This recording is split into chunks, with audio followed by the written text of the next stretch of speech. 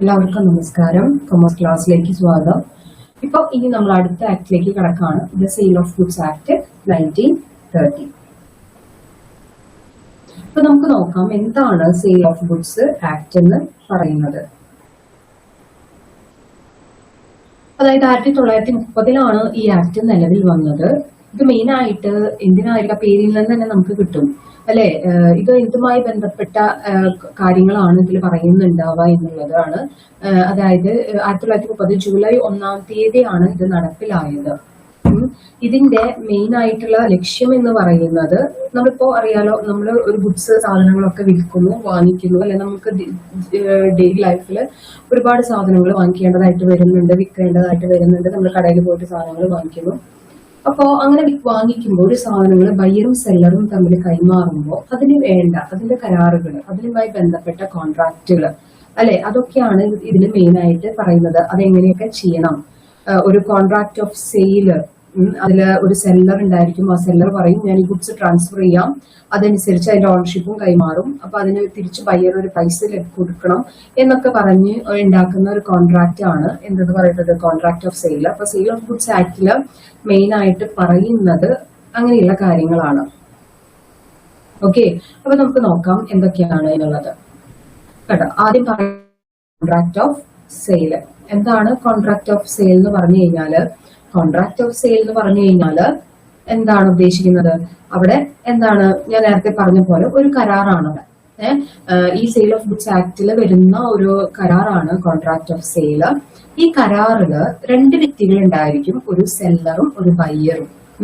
ഈ സെല്ലറും ബയ്യറും തമ്മിൽ എഗ്രി ചെയ്യുന്ന അല്ലെങ്കിൽ സമ്മതിക്കുന്ന അല്ലെങ്കിൽ അവർ ചെയ്യാം എന്ന് പറയുന്ന കാര്യങ്ങളാണ് ഈ ഒരു കോൺട്രാക്റ്റില് അവരെ വ്യക്തമാക്കുന്നത്. എന്തായിരിക്കും അതിൽ പറയുന്ന കാര്യങ്ങൾ എന്നുള്ളത് നമുക്കറിയാം അല്ലെ. ഇപ്പൊ ഞാനൊരു സാധനം അല്ലെങ്കിൽ ഏതെങ്കിലും ഒരു പ്രോഡക്റ്റ് ഞാനിപ്പോ എന്റെ ഒരു എന്താ പറയാ പ്രോപ്പർട്ടി ഞാനൊരു ആൾക്ക് ബി എന്ന് പറയുന്ന ഒരു വ്യക്തിക്ക് വിൽക്കാനായിട്ട് ഞാൻ ഉദ്ദേശിക്കുകയാണ്. അപ്പൊ ഞങ്ങൾ തമ്മിൽ ഒരു കോൺട്രാക്ട് ഉണ്ടാക്കാണ്. ഇന്ന ദിവസം ഇന്ന ഐറ്റം ഇന്ന് കൈമാറും. അപ്പൊ അതിന് തിരിച്ച് വാങ്ങിക്കുന്ന ആളെങ്കിൽ അതിന് പറയുന്ന രൂപ അല്ലെ, അതിനൊരു പ്രൈസ് നമ്മൾ ഫിക്സ് ചെയ്തിട്ടുണ്ടാവും. അത് എനിക്ക് തരണം എന്ന് പറഞ്ഞിട്ടാണ് നമ്മൾ ആ ഒരു കോൺട്രാക്ട് ഉണ്ടാക്കുന്നത്. അപ്പൊ അതിനെ പറയുന്നതാണ് കോൺട്രാക്ട് ഓഫ് സെയിൽ എന്ന് പറയാം. അപ്പൊ അവിടെ മെയിൻ ആയിട്ട് എന്ത് വേണം, ഒരു കോൺട്രാക്ട് ഓഫ് സെയിൽ എന്ന് പറയുമ്പോൾ അതില് ഒന്ന് ബേസിക് ആയിട്ട് ഒരു ബയ്യറും ഒരു സെല്ലറും വേണം അല്ലെ.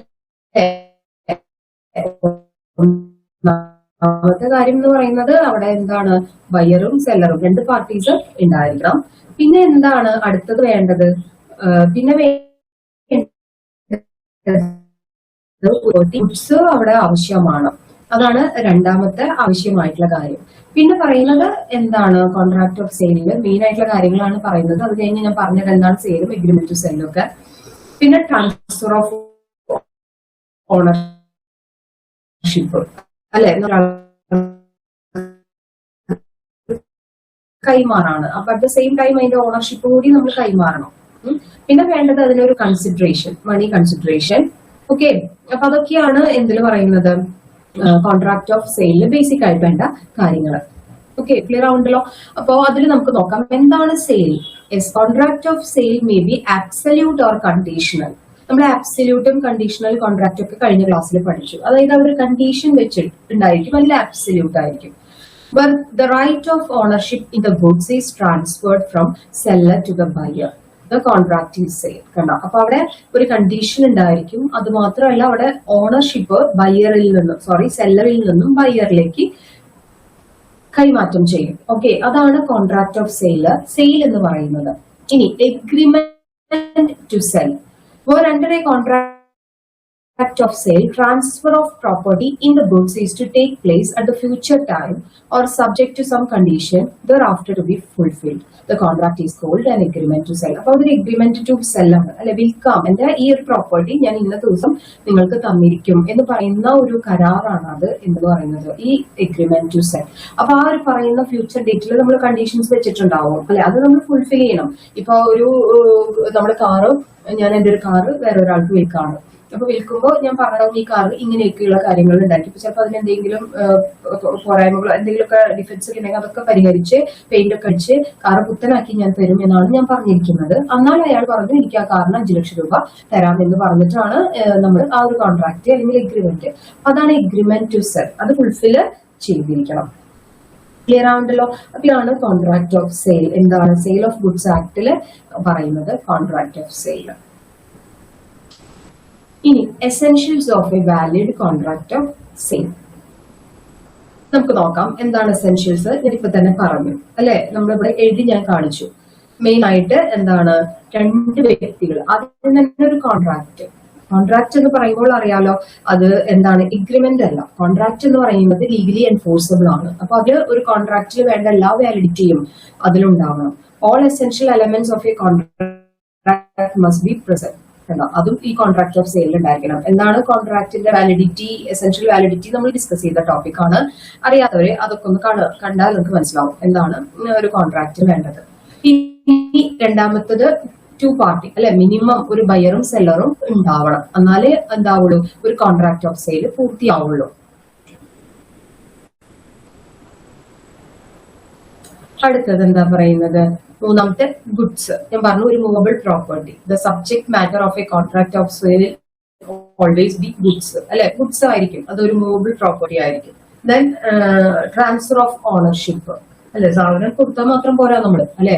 ഞാൻ പറഞ്ഞു എന്റെ വീട് വിൽക്കാം അല്ലെങ്കിൽ കാർ കൊടുക്കാം എന്ന് പറഞ്ഞു കഴിഞ്ഞാൽ അതിന്റെ ഓണർഷിപ്പ് കൂടി നമ്മൾ ട്രാൻസ്ഫർ ചെയ്യണം, അല്ലാണ് അത് എന്താവുന്നുള്ളൂ, സെയിൽ ആവുന്നുള്ളൂ അല്ലെ. സാധനം മാത്രം കൊടുത്തോണ്ട് കാര്യമില്ല. നമ്മൾ പറയാണ് സാധനം തരാം പക്ഷെ എനിക്ക് ഇടയ്ക്കിടയ്ക്ക് അതൊന്നും ഉപയോഗിക്കണം എന്ന് പറഞ്ഞാൽ അത് സാധ്യമാവില്ല. കാരണം അതെന്താ, അതിന്റെ ഓണർഷിപ്പ് എന്നതിനൊപ്പം തന്നെ കൈമാറണം. ദെൻ അടുത്തത് പറയുന്നത് പ്രൈസ്, കൺസിഡറേഷൻ അല്ലെ. നമ്മളൊരു കാര്യം കൊടുക്കുമ്പോൾ തിരിച്ച് നമ്മൾ എന്താണ് ഒരു പ്രൈസ് അല്ലെങ്കിൽ ആ ഒരു കോൺട്രാക്റ്റിന് എന്താണ് ഒരു കൺസിഡറേഷൻ നമ്മൾ പറഞ്ഞിട്ടുണ്ടാവും. അപ്പൊ അത് കൂടിയും കിട്ടിയിരിക്കണം, എന്നാലേ അത് എന്താവുള്ളൂ കോൺട്രാക്ട് ഓഫ് സെയിൽ ആവുള്ളൂ. ഓക്കെ, ക്ലിയർ ആണല്ലോ? അപ്പൊ അതാണ് essentials of a valid contract.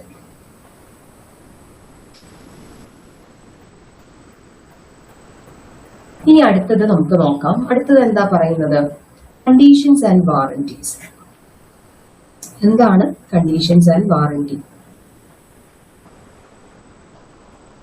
നമ്മൾ കേട്ടിട്ടുള്ള ടേംസുകളാണ് അല്ലെ, വാറന്റി, കണ്ടീഷൻ എന്നൊക്കെ. അപ്പൊ അതില് നമുക്ക് മെയിൻ ആയിട്ട് നോക്കാനുള്ള ആദ്യത്തെ ഒരു കാര്യമാണ് എന്താണ് കണ്ടീഷൻ, വാറന്റി എന്ന് നമുക്ക് പറയാം. അതിനു മുൻപ് നമുക്ക് നോക്കാം സ്റ്റിപ്പുലേഷൻ അല്ലെ, അങ്ങനെയാണ് പ്രൊണൗൺസ് ചെയ്യുക. സ്റ്റിപ്പുലേഷൻ എന്താണ്? ഈ കണ്ടീഷൻ അല്ലെങ്കിൽ വാറന്റി എന്ന് പറയുമ്പോൾ അതില് സ്റ്റിപ്പുലേഷൻ എന്നുകൊണ്ട് ഉദ്ദേശിക്കുന്നത്, അതായത് നമ്മളൊരു കോൺട്രാക്ട് വെക്കുമ്പോൾ അതില് ചില വ്യവസ്ഥകൾ ഉണ്ടാവും ഇല്ലേ, അല്ലെങ്കിൽ നിബന്ധനകള്. അതിനെയാണ് എന്തെന്ന് പറയുന്നത്? സ്റ്റിപ്പുലേഷൻ എന്ന് പറയുന്നത്. അതായത് ഇപ്പൊ ഫോർ എക്സാമ്പിൾ ഞാൻ പറയാണ്, ഞാനിപ്പോ ഒരു ഐറ്റം വിൽക്കുമ്പോൾ ഞാൻ എനിക്ക് പറയാണ് അതിന്റെ ക്യാഷ് 30 ദിവസത്തിനുള്ളിൽ തിരിച്ചു തരണം, അതിന്റെ ക്യാഷ് എനിക്ക് തരണം എന്ന് പറയുകയാണെങ്കിൽ അവിടെ എന്താണ് സ്റ്റിപ്പുലേഷൻ? അതാണ് അതിന്റെ സ്റ്റിപ്പുലേഷൻ. അതായത് നമ്മൾ അതൊരു നിബന്ധന അല്ലെങ്കിൽ ഒരു കണ്ടീഷൻ വെച്ചിരിക്കുകയാണ്. ഓക്കെ, അതാണ് സ്റ്റിപ്പുലേഷൻ. കണ്ടീഷൻസ് ആൻഡ് വാറന്റീസിൽ പറയുന്ന ഒരു ടേം ആണ്, ഓർത്ത് വെക്കുക. കണ്ടോ, it means requirement or specified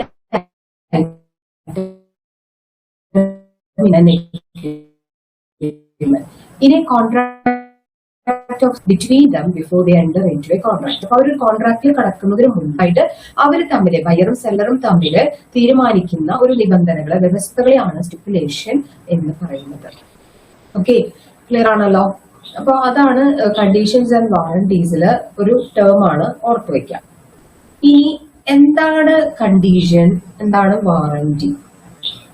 എന്താണ് കണ്ടീഷൻ എന്ന് പറഞ്ഞു കഴിഞ്ഞാൽ ഒരു കോൺട്രാക്റ്റിലെ മെയിൻ ആയിട്ടുള്ള ഇമ്പോർട്ടന്റ് ആയിട്ടുള്ള വ്യവസ്ഥയാണ് കണ്ടീഷൻ എന്ന് പറയുന്നത്.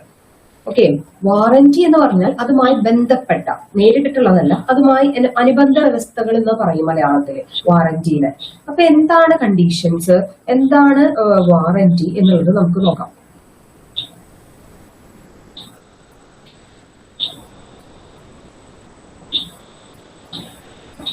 Meaning of conditions and warranty. According to section 12(2), a condition is a stipulation essential to the main purpose of the contract. എന്താണോ കോൺട്രാക്റ്റിന്റെ മെയിൻ ആയിട്ടുള്ള, അതായത് ഞാൻ പറയാണ്, ഞാൻ എന്റെ കാറ് കൊടുക്കാണ്, അപ്പൊ മറ്റൊരാൾ പറയാണ് ഈ കാറ് ഞാൻ വാങ്ങിക്കാം. അത് പറയുമ്പോ എന്താണ്, അത് പുതിയ കാറാണ് എന്ന് ഞാൻ പറഞ്ഞിട്ടാണ് അയാൾ അത് വാങ്ങിക്കാം എന്ന് പറയുന്നത്. ഓക്കെ, അപ്പൊ അവിടെ ഒരു കണ്ടീഷൻ ഉണ്ട്. എന്താണ്, മനസ്സിലായോ? ഞാൻ കൊടുക്കുന്നത് പുതിയ കാറാണ് എന്നാണ്. പക്ഷെ എന്താണ്, ഞാൻ കൊടുക്കുന്നത് പഴയ കാറാണ്, ഞാൻ യൂസ് ചെയ്ത കാറാണ് എന്നുണ്ടെങ്കിൽ എന്ത് ചെയ്യാം? അയാൾക്ക് വേണമെങ്കിൽ ഈ കോൺട്രാക്ട് റിജക്ട് ചെയ്യാം, അതിനുള്ള അല്ലെങ്കിൽ ക്യാൻസൽ ചെയ്യാം. ആ ഒരു ഐറ്റം വാങ്ങിക്കേണ്ട ആവശ്യം ഇല്ല, കാരണം നമ്മൾ കണ്ടീഷൻ സാറ്റിസ്ഫൈ ചെയ്തിട്ടില്ല. അതാണ് കണ്ടീഷൻ. മനസ്സിലാവുന്നുണ്ടെന്ന് വിചാരിക്കുന്നു. കണ്ടോ, a condition is a stipulation essential to the main purpose of the contract. The breach of which, കണ്ടോ, അത് എങ്ങാനും ബ്രീച്ച് ചെയ്യുകയാണെങ്കിൽ, ആ കണ്ടീഷൻ നമ്മൾ പറഞ്ഞത് തെറ്റിക്കുകയാണെങ്കിൽ, which gives a right to repudiate the contract. കണ്ടോ, അപ്പൊ അവിടെ അയാൾക്ക് കിട്ടുന്ന ഒരു റൈറ്റ് ആണ് എന്ത്, ഈ കോൺട്രാക്ട് ക്യാൻസൽ ചെയ്യാൻ. അതാണ് കണ്ടീഷന്റെ പ്രത്യേകത.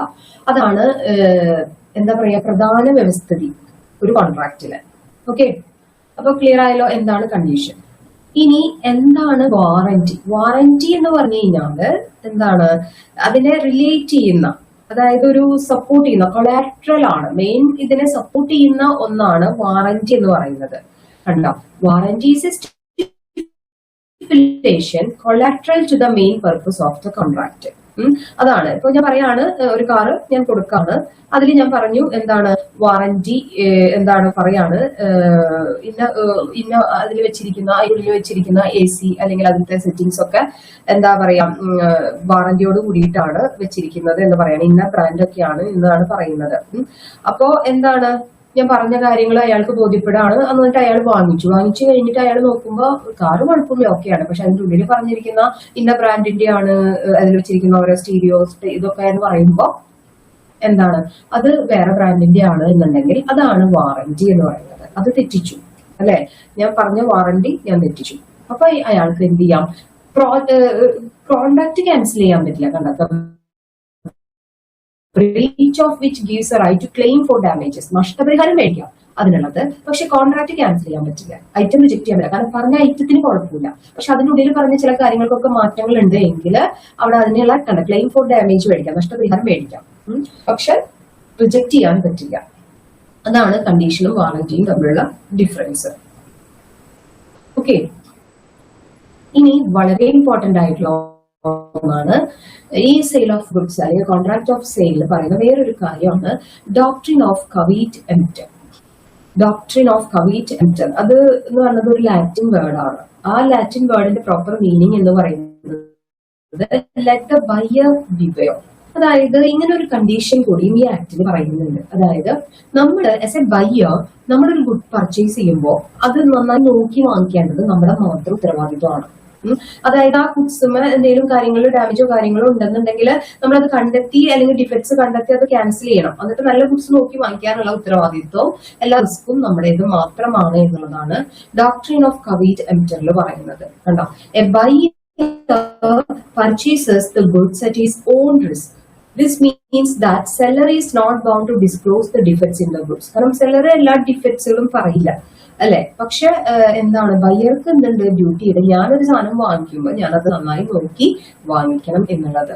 അതൊരു എന്താ പറയാ ക്ലോസ് അല്ല, അതൊരു ഫോർമൽ ആയിട്ടുള്ള ഒരു കാര്യമാണ്. We should follow as a buyer, all the buyer should follow this എന്ന് ഒരു സെയിൽ ഓഫ് ഗുഡ്സ് ആക്ടില് പറയുന്നുണ്ട്. It is the duty of the buyer to satisfy him for buying the goods that the goods will serve the purpose for which they are being bought. Okay, അതിനെയാണ് എന്തെന്ന് പറയുന്നത് doctrine of caveat emptor. Clear?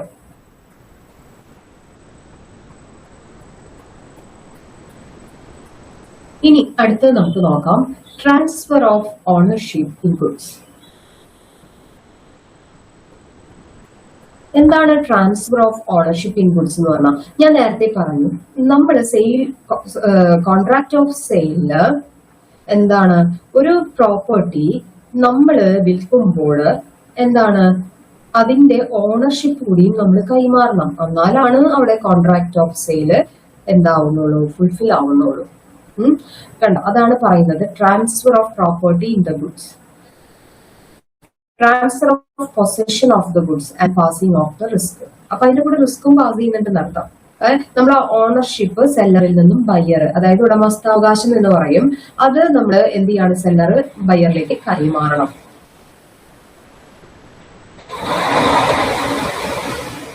Okay, അതാണ് transfer of ownership in goods എന്ന് പറയുന്നത്.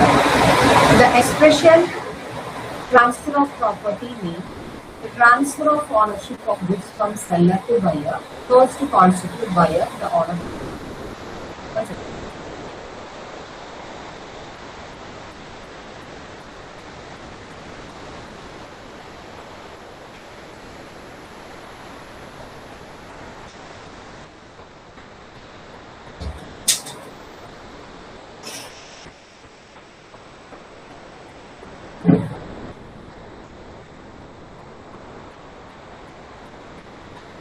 Okay, അപ്പൊ അതാണ് എന്തെന്ന് പറയുന്നത് ട്രാൻസ്ഫർ ഓഫ് ഓണർഷിപ്പ് എന്ന് പറഞ്ഞു കഴിഞ്ഞാൽ. ക്ലിയർ ആയല്ലോ? ഇനി നമുക്ക് അതിനെ കുറിച്ച് റിലേറ്റ് ചെയ്യുന്നത് നോക്കാം. Transfer of ownership. Risk primer facing passes with property. കണ്ടോ, അതിലെന്താ പറയുന്നത്? Unless otherwise agreed the goods remain at the seller's risk until the property therein is transferred to the buyer. ബയറിലേക്ക് ട്രാൻസ്ഫർ ചെയ്ത് കഴിഞ്ഞാൽ പിന്നെ ഗുഡ്സിന് വരുന്ന കാര്യങ്ങൾക്കൊക്കെയുള്ള ഉത്തരവാദിത്വം ബയറിൻ്റെതാണ്. Goods are at buyer's whether delivery has been made. കണ്ടോ, പിന്നെ അത് ബയറിന്റെ റിസ്ക് ആണ്. പിന്നെ വരുന്ന ഡാമേജുകൾക്ക്. Then action against third party. അങ്ങനെ പറഞ്ഞ എന്താണ്? Action against third party. The goods are in any way damaged or destroyed by the third party by the action against them. അപ്പോൾ ഏതെങ്കിലും ഈ കൈമാറുന്ന ഗുഡ്സുകൾക്ക് എന്താണ്, തേർഡ് പാർട്ടി എന്തെങ്കിലും മൂന്നാമതൊരാൾ ഈ ഒരു ഗുഡ്സിന് എന്തെങ്കിലും ഡാമേജോ കാര്യങ്ങളോ വരുത്തി കഴിഞ്ഞാല് അതിന് അയാള് റെസ്പോൺസിബിൾ ആണ്. ആര്? ആ തേർഡ് പാർട്ടി. അയാൾക്കെതിരെ അതിന്റെ ഓണർക്ക് എന്ത് കൊടുക്കാം? കേസ് കൊടുക്കാം. Then right of resale. Right of resale എന്ന് പറഞ്ഞാൽ വിൽക്കാനുള്ള rights. To determine whether buyer can resell the goods to third party without incurring any liability. Okay, then suit for the price. ഇനി നമ്മൾ ഒരു സാധനം ഒരാൾക്ക് കൊടുക്കാം എന്ന് പറഞ്ഞു, ആ സാധനം നമ്മൾ കൈമാറി, പ്രോപ്പർട്ടിയുടെ ഓണർഷിപ്പ് നമ്മൾ കൈമാറി, പക്ഷെ അതിന് തിരിച്ച് അയാൾ കൺസിഡറേഷൻ കാശ് തരാമെന്ന് പറഞ്ഞിട്ട് തന്നില്ല. അപ്പൊ അതൊക്കെ നമുക്ക് എന്ത് ചെയ്യാം? അപ്പൊ പൈസയ്ക്ക് വേണ്ടിയിട്ട് നമ്മൾ കേസ് എടുക്കാം, കേസ് ഫയൽ ചെയ്യാം. Then insolvency of the seller or the buyer. ഇനി സെല്ലർക്കോ ബയറോ ഇൻസോൾവെന്റ് ആയ പാപ്പരാവാന്നൊക്കെ പറയുന്നത്. On the insolvency of a person, the official receiver or assignee takes the possession of the property belonging to the insolvent. അപ്പൊ അയാളുടെ എന്താ പറയുക, official അല്ലെങ്കിൽ അസൈനി അയാൾ ആരെങ്കിലും ഏൽപ്പിച്ചിട്ടുണ്ടെങ്കിൽ അയാൾക്കത് കൈമാറാം, അയാൾക്കത് കൈപ്പറ്റാം. അപ്പൊ അതൊക്കെയാണ് എന്തിനു പറയുന്നത്? ട്രാൻസ്ഫർ ഓഫ് ഓണർഷിപ്പ് ഇൻ ഗുഡ്സിൽ പറയുന്നത്. ഓക്കെ, ക്ലിയർ ആണല്ലോ? ഇതൊക്കെ ഓർത്തു വെക്കാം കേട്ടോ.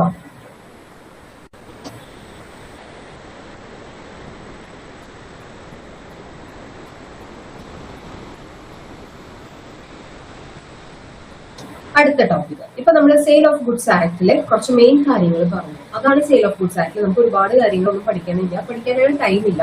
അപ്പൊ ഞാൻ ഇമ്പോർട്ടന്റ് ആയിട്ടുള്ള കാര്യങ്ങൾ പറഞ്ഞ് തന്നിട്ടുണ്ട് സെയിൽ ഓഫ് ഗുഡ്സ് ആക്ടില്. ഇനി നമുക്ക് നമ്മുടെ സിലബസ് പ്രകാരം അടുത്തത് പഠിക്കാനുള്ളതാണ് കൺസ്യൂമർ പ്രൊട്ടക്ഷൻ ആക്ട്. ഏതാണ്? 2019.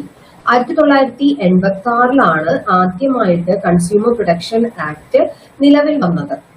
1986. പക്ഷെ നമുക്ക് ഇവിടെ പഠിക്കാനുള്ളത് കൺസ്യൂമർ പ്രൊട്ടക്ഷൻ ആക്ട് 2019. അതായത് കുറച്ച് അമെൻമെന്റ്സ് ഒക്കെ മാറ്റങ്ങളൊക്കെ കഴിഞ്ഞിട്ടുള്ളതാണ് 2019. കണ്ട, പക്ഷെ അത് ആദ്യമായിട്ട് വന്നത് ചിലപ്പോൾ ചോദിക്കാം. 1986 അത് നിലവിൽ വന്നത്. എന്താണ് കൺസ്യൂമർ പ്രൊട്ടക്ഷൻ ആക്ട്? എന്തിനായിരിക്കും വന്നിരിക്കുന്നത്? Rights to protect the interest and rights of the consumers. നമ്മളൊക്കെ കൺസ്യൂമേഴ്സ് ആണ് അല്ലെ? നമ്മൾ പലതരം പ്രൊഡക്റ്റുകളും സർവീസസുകളും നമ്മുടെ ഡെയിലി ലൈഫിൽ നമ്മളെ വെയിൽ ചെയ്യുന്നുണ്ട്. അപ്പൊ ഇങ്ങനെയുള്ള വിൽക്കുന്ന സെല്ലേഴ്സ് അല്ലെങ്കിൽ നമ്മൾക്ക് ഒരുപാട് നമ്മൾ കാണുന്നുണ്ട് അൺഫെയർ ട്രേഡ് പ്രാക്ടീസസുകൾ നമ്മൾ നടക്കുന്നുണ്ട് നമ്മുടെ ചുറ്റും. നമ്മൾ വഞ്ചിക്കപ്പെടാൻ ഇരയാവുന്നുണ്ട്. പല പ്രോഡക്റ്റുകളിൽ പല രീതിയിലുള്ള ക്വാളിറ്റി ഇല്ലായ്മ, അല്ലെ, ആ പ്രോഡക്റ്റ് ഉപയോഗിച്ചുകൊണ്ട് വല്ല ദോഷങ്ങളും സംഭവിക്കുക, അല്ലെങ്കിൽ നമ്മൾക്കുള്ള ക്വാണ്ടിറ്റി നമ്മളോട് പറയാണ് 1 കിലോ ഐറ്റം ഉണ്ട്, അതിനുള്ള അത്ര നമ്മൾ ചെക്ക് ചെയ്യുമ്പോൾ അത്രയില്ല. അപ്പൊ അങ്ങനെ പല ചീറ്റിങ്ങുകൾ നടക്കുന്നുണ്ട്. അപ്പൊ ഇങ്ങനെയുള്ള കാര്യങ്ങളിൽ നിന്നും കൺസ്യൂമേഴ്സിനെ പ്രൊട്ടക്ട് ചെയ്യാനായിട്ട് ഗവൺമെന്റ് ഇംപ്ലിമെന്റ് ചെയ്ത ഒരു ആക്ട് ആണ് കൺസ്യൂമർ പ്രൊട്ടക്ഷൻ ആക്ട്. അപ്പൊ ഇനി ഇതിലും നമുക്ക് മെയിൻ ആയിട്ടുള്ള ഇമ്പോർട്ടന്റ് ആയിട്ടുള്ള കാര്യങ്ങൾ മാത്രം പഠിക്കാം. നമുക്ക് നോക്കാം എന്താണ് കണ്ടോ. An act to provide for the protection of interest of consumers and for that purpose to make provision. കണ്ടോ, അതേ പ്രൊട്ടക്ട് ചെയ്യാൻ പറ്റില്ലല്ലോ. അപ്പൊ അതിന്റെ ഭാഗമായിട്ട് പ്രൊവിഷൻസ് ക്രിയേറ്റ് ചെയ്തിരിക്കുകയാണ് for the establishment of consumer council. കണ്ടോ, കൺസ്യൂമർ കൗൺസിൽ, കൺസ്യൂമർ റിഡ്രസൽ അല്ലെങ്കിൽ ഡിസ്പ്യൂട്ട്സ് റിഡ്രസൽ മെക്കാനിസം, അങ്ങനെയൊക്കെ കണ്ടോ. Other authority for the settlement of consumer disputes and for matters connected. അതായത് നമുക്ക് എന്തെങ്കിലും പരാതികൾ ഉണ്ടെങ്കിൽ അതിനെ നമ്മൾ ആരെ സമീപിക്കണം, അപ്പൊ അവരെങ്ങനെയൊക്കെ അത് സോൾവ് ചെയ്യും. അപ്പൊ അങ്ങനെയുള്ള കാര്യങ്ങളൊക്കെ പ്രൊവിഷൻസ് ആണ് നമുക്കിവിടെ പഠിക്കാനുള്ളത് കൺസ്യൂമർ പ്രൊട്ടക്ഷൻ ആക്ടില് കൊണ്ടുവന്നിരിക്കുന്നത്. ഓക്കെ, ഇനി നമുക്ക് അതിന്റെ scope and applicability. Consumer protection Act 1986 extend to the whole of India except the state of Jammu and Kashmir. അത് എല്ലായിടത്തും applicable ആണ് കേട്ടോ. It applies to all types of goods and services, public utility and public sector undertaking. ഏത് type of goods and സർവീസസുമേ ഇത് applicable ആണ്. അത് goods ആവണമെന്നൊന്നുമില്ല, services ആയിക്കോട്ടെ. നമ്മൾ എങ്ങനെയാണ് എന്തൊക്കെ കാര്യങ്ങളാണോ ഒരു കൺസ്യൂമർ എന്ന നിലയ്ക്ക് മറ്റുള്ളവരിൽ അവൈൽ ചെയ്യുന്നത്, അപ്പൊ അതിലൊക്കെ നമുക്ക് ഈ സിസ്റ്റം അല്ലെങ്കിൽ ഈ ഒരു ആക്ട്, ഈ ഒരു പ്രൊവിഷൻ നമുക്ക് അതിൽ അപ്ലൈ ചെയ്യാം. ക്ലിയർ? അതാണ് എന്തെന്ന് പറയുന്നത് കൺസ്യൂമർ പ്രൊട്ടക്ഷൻ ആക്ട്. അപ്പൊ മെയിൻ ആയിട്ടുള്ള ഒബ്ജക്റ്റീവ് എന്ന് പറയുന്നത് കൺസ്യൂമേഴ്സിനെ ഇങ്ങനെയുള്ള അൺഫെയർ ട്രേഡ് പ്രാക്ടീസസിൽ നിന്നും പ്രൊട്ടക്ട് ചെയ്യാം. അവരുടെ റൈറ്റ്സുകൾ, കൺസ്യൂമേഴ്സിന് ഒരു 5-6 റൈറ്റ്സുകൾ ഉണ്ട്, നമ്മൾ പഠിക്കും. അതൊക്കെ അവരെ പ്രൊട്ടക്ട് ചെയ്യാം. അതുപോലെ തന്നെ അവരെ അവെയർ ആക്കാം, കൺസ്യൂമേഴ്സിന് ഇങ്ങനെയൊക്കെ നടക്കുന്നുണ്ട് അല്ലെ. അപ്പൊ അതിനൊക്കെ അവര് എന്താ പറയാ അവെയർ ആക്കാം. അപ്പൊ അതിനൊക്കെ വേണ്ടിയിട്ടാണ് ഈ കൺസ്യൂമർ പ്രൊട്ടക്ഷൻ ആക്ട് നിലവിൽ വന്നത്. അപ്പൊ അതിന്റെ ഭാഗമായിട്ട് ഇവര് എന്താണ് ഇതൊക്കെ ഒന്ന് ഓർത്തു വെക്കുക. CCPA എന്ന് പറയുന്ന ഒരു കൗൺസിൽ, അതൊരു അതോറിറ്റി, സെൻട്രൽ എന്താ പറയാ കൺസ്യൂമർ പ്രൊട്ടക്ഷൻ അതോറിറ്റി എന്ത് ചെയ്തു, എസ്റ്റാബ്ലിഷ് ചെയ്തിട്ടുണ്ട്.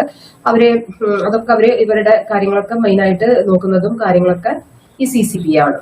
ഓക്കെ, അപ്പൊ അതൊരു ബേസിക് കാര്യങ്ങൾ പറഞ്ഞു എന്ന് മാത്രം.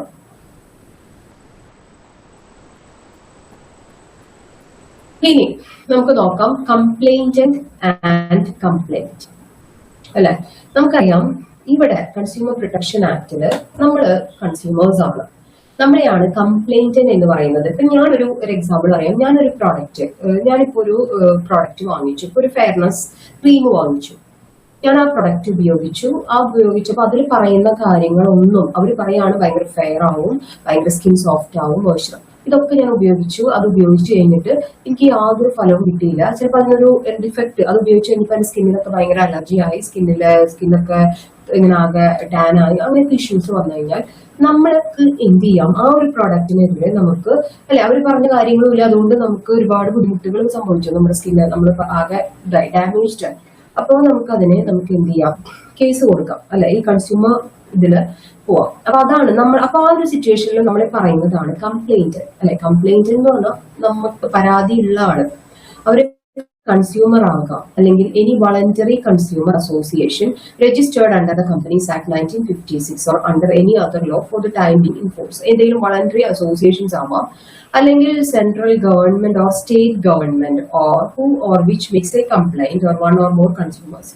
അതായത് ഒരു വ്യക്തി ആവണമെന്നില്ല, ഒരുപാട് വ്യക്തികൾ കൂടി ചേർന്ന് കംപ്ലൈന്റ് കൊടുക്കാം, അല്ലെങ്കിൽ ഗവൺമെന്റിന്, സെൻട്രൽ ഗവൺമെന്റ്, സ്റ്റേറ്റ് ഗവൺമെന്റ് ആരുമായിരിക്കും കംപ്ലൈന്റ്, പരാതിക്കാരൻ എന്ന് പറയും. കംപ്ലൈന്റ് എന്ന് പറഞ്ഞു കഴിഞ്ഞാൽ അവരുടെ പരാതികൾ. അപ്പോ കൺസ്യൂമർ പ്രൊട്ടക്ഷൻ ആക്ടില് കംപ്ലൈന്റ് എന്ന് പറയുമ്പോൾ പരാതികൾ എന്ന് പറഞ്ഞു കഴിഞ്ഞാല് എന്താണ്, അതെങ്ങനെയാണ്, means an allegation in writing made by a complaint അല്ലെ. എനിക്കാണ് പരാതി, അപ്പൊ ഞാൻ അത് എഴുതി തയ്യാറാക്കിയിട്ട് വേണം അത് സബ്മിറ്റ് ചെയ്യാനായിട്ട്. ഓക്കെ, എന്തൊക്കെ ആവാം പരാതികൾ എന്നുള്ളത് നമുക്കറിയാം. ഒന്ന് നോക്കിക്കേ. And unfair trade practices or restricted trade practices has been adopted by any trader. ഏതെങ്കിലും ട്രേഡർ അൺഫെയർ ട്രേഡ് അല്ലെ നമ്മൾ പഠിച്ചിട്ടുണ്ട് അഡൾട്ടറേഷൻ, അതായത് adding any other harmful substances to the particular product അല്ലെ, അങ്ങനെയൊക്കെ ആഡ് ചെയ്യുക, അല്ലെങ്കിൽ അണ്ടർ വെയിങ്, ഓവർ ചാർജിങ്, ഇതൊക്കെ പല രീതിയിലുള്ള അൺഫെയർ ട്രേഡ് പ്രാക്ടീസസ് ആണ്. അപ്പൊ അതൊക്കെ കണ്ടു കഴിഞ്ഞാൽ നമുക്ക് പരാതിപ്പെടാം. Then goods bought by him or agreed to be bought by him suffer from one more defects ഉള്ള ഗുഡ്സുകൾ വിൽക്കാം. സർവീസസ് ഹയർഡ് ഓർ അവെയിൽഡ്, ഇനി ഗുഡ്സ് തന്നെയാണെന്നില്ല നമ്മൾ അവെയിൽ ചെയ്യുന്ന സർവീസസുകൾ, അതിലെന്തെങ്കിലും deficiency. A trader has charged for the goods mentioned in a complaint in a price excess, കൂടുതൽ price ഒക്കെ അതിൽ പറഞ്ഞിരിക്കുന്നതിനേക്കാളും കൂടുതൽ പൈസ ചാർജ് ചെയ്യാം. Goods which will hazardous to life, ഇനി നമ്മുടെ ജീവനും സേഫ്റ്റിക്കും അപകടകരമായിട്ടുള്ള ഗുഡ്സുകൾ അല്ലെ, അങ്ങനത്തെയൊക്കെ വിൽക്കുന്നവര് അതുകൊണ്ട് അപകടങ്ങൾ സംഭവിക്കാം. അപ്പൊ ഇതൊക്കെ നമുക്ക് എന്ത് ചെയ്യാം, ഇതൊക്കെ പരാതികളാണ്, ഇതിനൊക്കെതിരെ നമുക്ക് പരാതിപ്പെടാം. അപ്പൊ അതാണ് കംപ്ലൈന്റ് എന്ന് പറയുന്നതും. എന്താണ് കംപ്ലൈന്റ് എന്നും മനസ്സിലായിട്ടുണ്ടാവും consumer protection ആക്ടില്. Okay,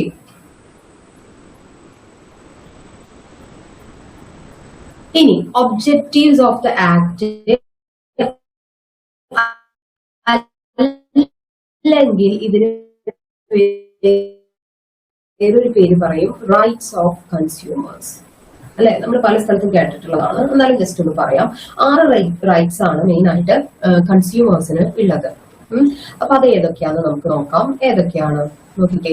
right to safety അല്ലെ, സുരക്ഷയ്ക്കുള്ള അവകാശം അല്ലെ. നമ്മൾക്ക് അതിനുള്ള റൈറ്റ്സ് ഉണ്ട്, പക്ഷെ നമുക്ക് ഇതിനെ കുറിച്ച് അറിവില്ലായ്മയാണ് നമ്മുടെ പ്രോബ്ലം. ഇങ്ങനെയൊക്കെ ഉണ്ടോ എന്നുള്ളത് നമുക്ക് പലർക്കും ഇപ്പോഴും അറിയില്ല. ആസ് എ കൺസ്യൂമർ നമുക്ക് ഇതിനൊക്കെയുള്ള അവകാശം ഉണ്ട്. Consumer right to be protected against goods and services which is hazardous to health or life. നമ്മുടെ ജീവനും ആരോഗ്യത്തിനും ഭീഷണിയാവുന്ന രീതിയിലുള്ള പ്രൊഡക്റ്റുകൾ, ഗുഡ്സുകൾ അല്ലെങ്കിൽ സർവീസസുകൾ ആരും പ്രൊവൈഡ് ചെയ്യാൻ പാടില്ല. അപ്പൊ അതിൽ നിന്നും പ്രൊട്ടക്ഷൻ കിട്ടാനുള്ള അവകാശം ആസ് എ കൺസ്യൂമർ നമുക്ക് എല്ലാവർക്കും ഉണ്ട്. അപ്പൊ അതാണ് റൈറ്റ് ടു സേഫ്റ്റി. ഇനി അടുത്തത് പറയുന്നതാണ് റൈറ്റ് ടു ബി ഇൻഫോംഡ്, വിവരങ്ങൾ അറിയാനുള്ള അവകാശം അല്ലെ. ഇപ്പൊ നമ്മളൊരു ഷോപ്പിൽ പോയി അല്ലെ, നമ്മളൊരു ഷോപ്പിൽ പോയിട്ട് ഒരു എന്താ പറയാ ഒരു പ്രൊഡക്റ്റ് വാങ്ങിക്കുകയാണ്. അപ്പൊ നമ്മളൊരു ഷോപ്പ് കീപ്പർ അത് സെല്ലറോട് ചോദിക്കുകയാണ്, ഈ പ്രൊഡക്റ്റ് എന്താണ്, ഇത് എന്തിനാ ഉപയോഗിക്കുക, ഇതിന്റെ എന്താ വില, ഇതിന്റെ കാര്യങ്ങൾ എന്താണ്, ഇതിന്റെ ക്വാളിറ്റി എന്താണ്, ക്വാണ്ടിറ്റി ഇതൊക്കെ നമുക്ക് ചോദിച്ച് മനസ്സിലാക്കാം. മാത്രമല്ല അത് ചോദിക്കുമ്പോൾ അതിനെക്കുറിച്ച് പറയേണ്ടത് അവരുടെ റെസ്പോൺസിബിലിറ്റി കൂടിയാണ്. അത് നമ്മുടെ ഒരു അവകാശമാണ്, വിവരങ്ങൾ അറിയാനായിട്ടുള്ള അവകാശം. കണ്ട, consumer has the right to be informed about the quality, quantity, purity, standard and price of goods he intended to purchase. അതൊക്കെ അറിയാനായിട്ട് അയാൾക്ക് അവകാശമുണ്ട്. അപ്പൊ അതിനെ കുറിച്ചിട്ടുള്ള എല്ലാ ഡീറ്റെയിൽസുകളും നിർബന്ധമായിട്ടും ആര് കൊടുത്തിരിക്കണം, വിൽക്കുന്ന ആൾ കൊടുത്തിരിക്കണം. പിന്നെ മൂന്നാമത്തെ റൈറ്റ് നമുക്കറിയാം, റൈറ്റ് ടു ചൂസ്, തിരഞ്ഞെടുക്കാനുള്ള അവകാശം. നമുക്ക് എന്ത് വേണം, എന്ത് വാങ്ങിക്കണം എന്ന് തീരുമാനിക്കാനുള്ള അവകാശമുണ്ട് അല്ലെ. അവർ പറയുന്നത് വാങ്ങിക്കണം എന്നൊന്നുമില്ല അല്ലെ. നമ്മളൊരു കടയിൽ പോയാൽ നമുക്ക് എന്താണ്, ഫ്രീഡം ടു ചൂസ് ആണ്. നമുക്ക് എന്ത് വേണം, എന്ത് വാങ്ങിക്കണം, എന്ത് രൂപ കൊടുത്തു അല്ലെ, ഏത് പ്രൊഡക്റ്റ് വാങ്ങിക്കണം, എത്ര രൂപയുടെ വാങ്ങിക്കണം എന്നൊക്കെ നമുക്ക് തീരുമാനിക്കാം. അത് കൺസ്യൂമറിന്റെ റൈറ്റ് ആണ്. ഓക്കെ, ഇനി നാലാമത്തെ പറയുന്നത് റൈറ്റ് ടു ബി ഹേർഡ്, നമ്മുടെ പരാതികള് കേൾപ്പിക്കാനുള്ള അവകാശം. എനിക്ക് ആ ഒരു പ്രോഡക്റ്റ് ഉപയോഗിച്ച് പ്രോബ്ലം വന്നു, അല്ലെങ്കിൽ ഞാൻ ആ ഒരു പ്രോഡക്റ്റ് ഉപയോഗിച്ചിട്ട് സാറ്റിസ്ഫൈഡ് അല്ല, അവർ പറയുന്ന കാര്യങ്ങളൊന്നും ആ പ്രോഡക്റ്റിൽ ഇല്ല, എനിക്ക് അതിനെ കുറിച്ച് പരാതിയുണ്ട്. ആ പരാതി കേൾക്കാനായിട്ട് അത് റെസ്പെക്റ്റീവ് അതോറിറ്റീസിനെ ബോധിപ്പിക്കാനുള്ള അധികാരം എനിക്കുണ്ട് അല്ലെ. നമ്മൾ കൺസ്യൂമേഴ്സ് ആണെങ്കിൽ നമുക്ക് അതിനുള്ള അവകാശമുണ്ട്. കണ്ട, consumer has right to register dissatisfaction with any product and get his complaint heard. അയാളുടെ പരാതികൾ കേൾക്കണം, അത് നമ്മുടെ അവകാശമാണ്. നമ്മുടെ പരാതികളെ റെസ്പെക്റ്റീവ് അതോറിറ്റി കേൾക്കണം, അതിനൊരു സൊല്യൂഷൻ തരണം എന്നുള്ളത്. ഓക്കെ, അതാണ് റൈറ്റ് ടു ബി ഹേർഡ്, പരാതി കേൾപ്പിക്കാനുള്ള അവകാശം. ഇനി അഞ്ചാമത്തെ നോക്കിക്കേ, റൈറ്റ് ടു സീക്ക് റിഡ്രസൽ. അങ്ങനെ പറഞ്ഞെന്താ, റൈറ്റ് ടു സീക്ക് റിഡ്രസൽ. കണ്ട, പരിഹാരം തേടാനുള്ള അവകാശം അല്ലെ.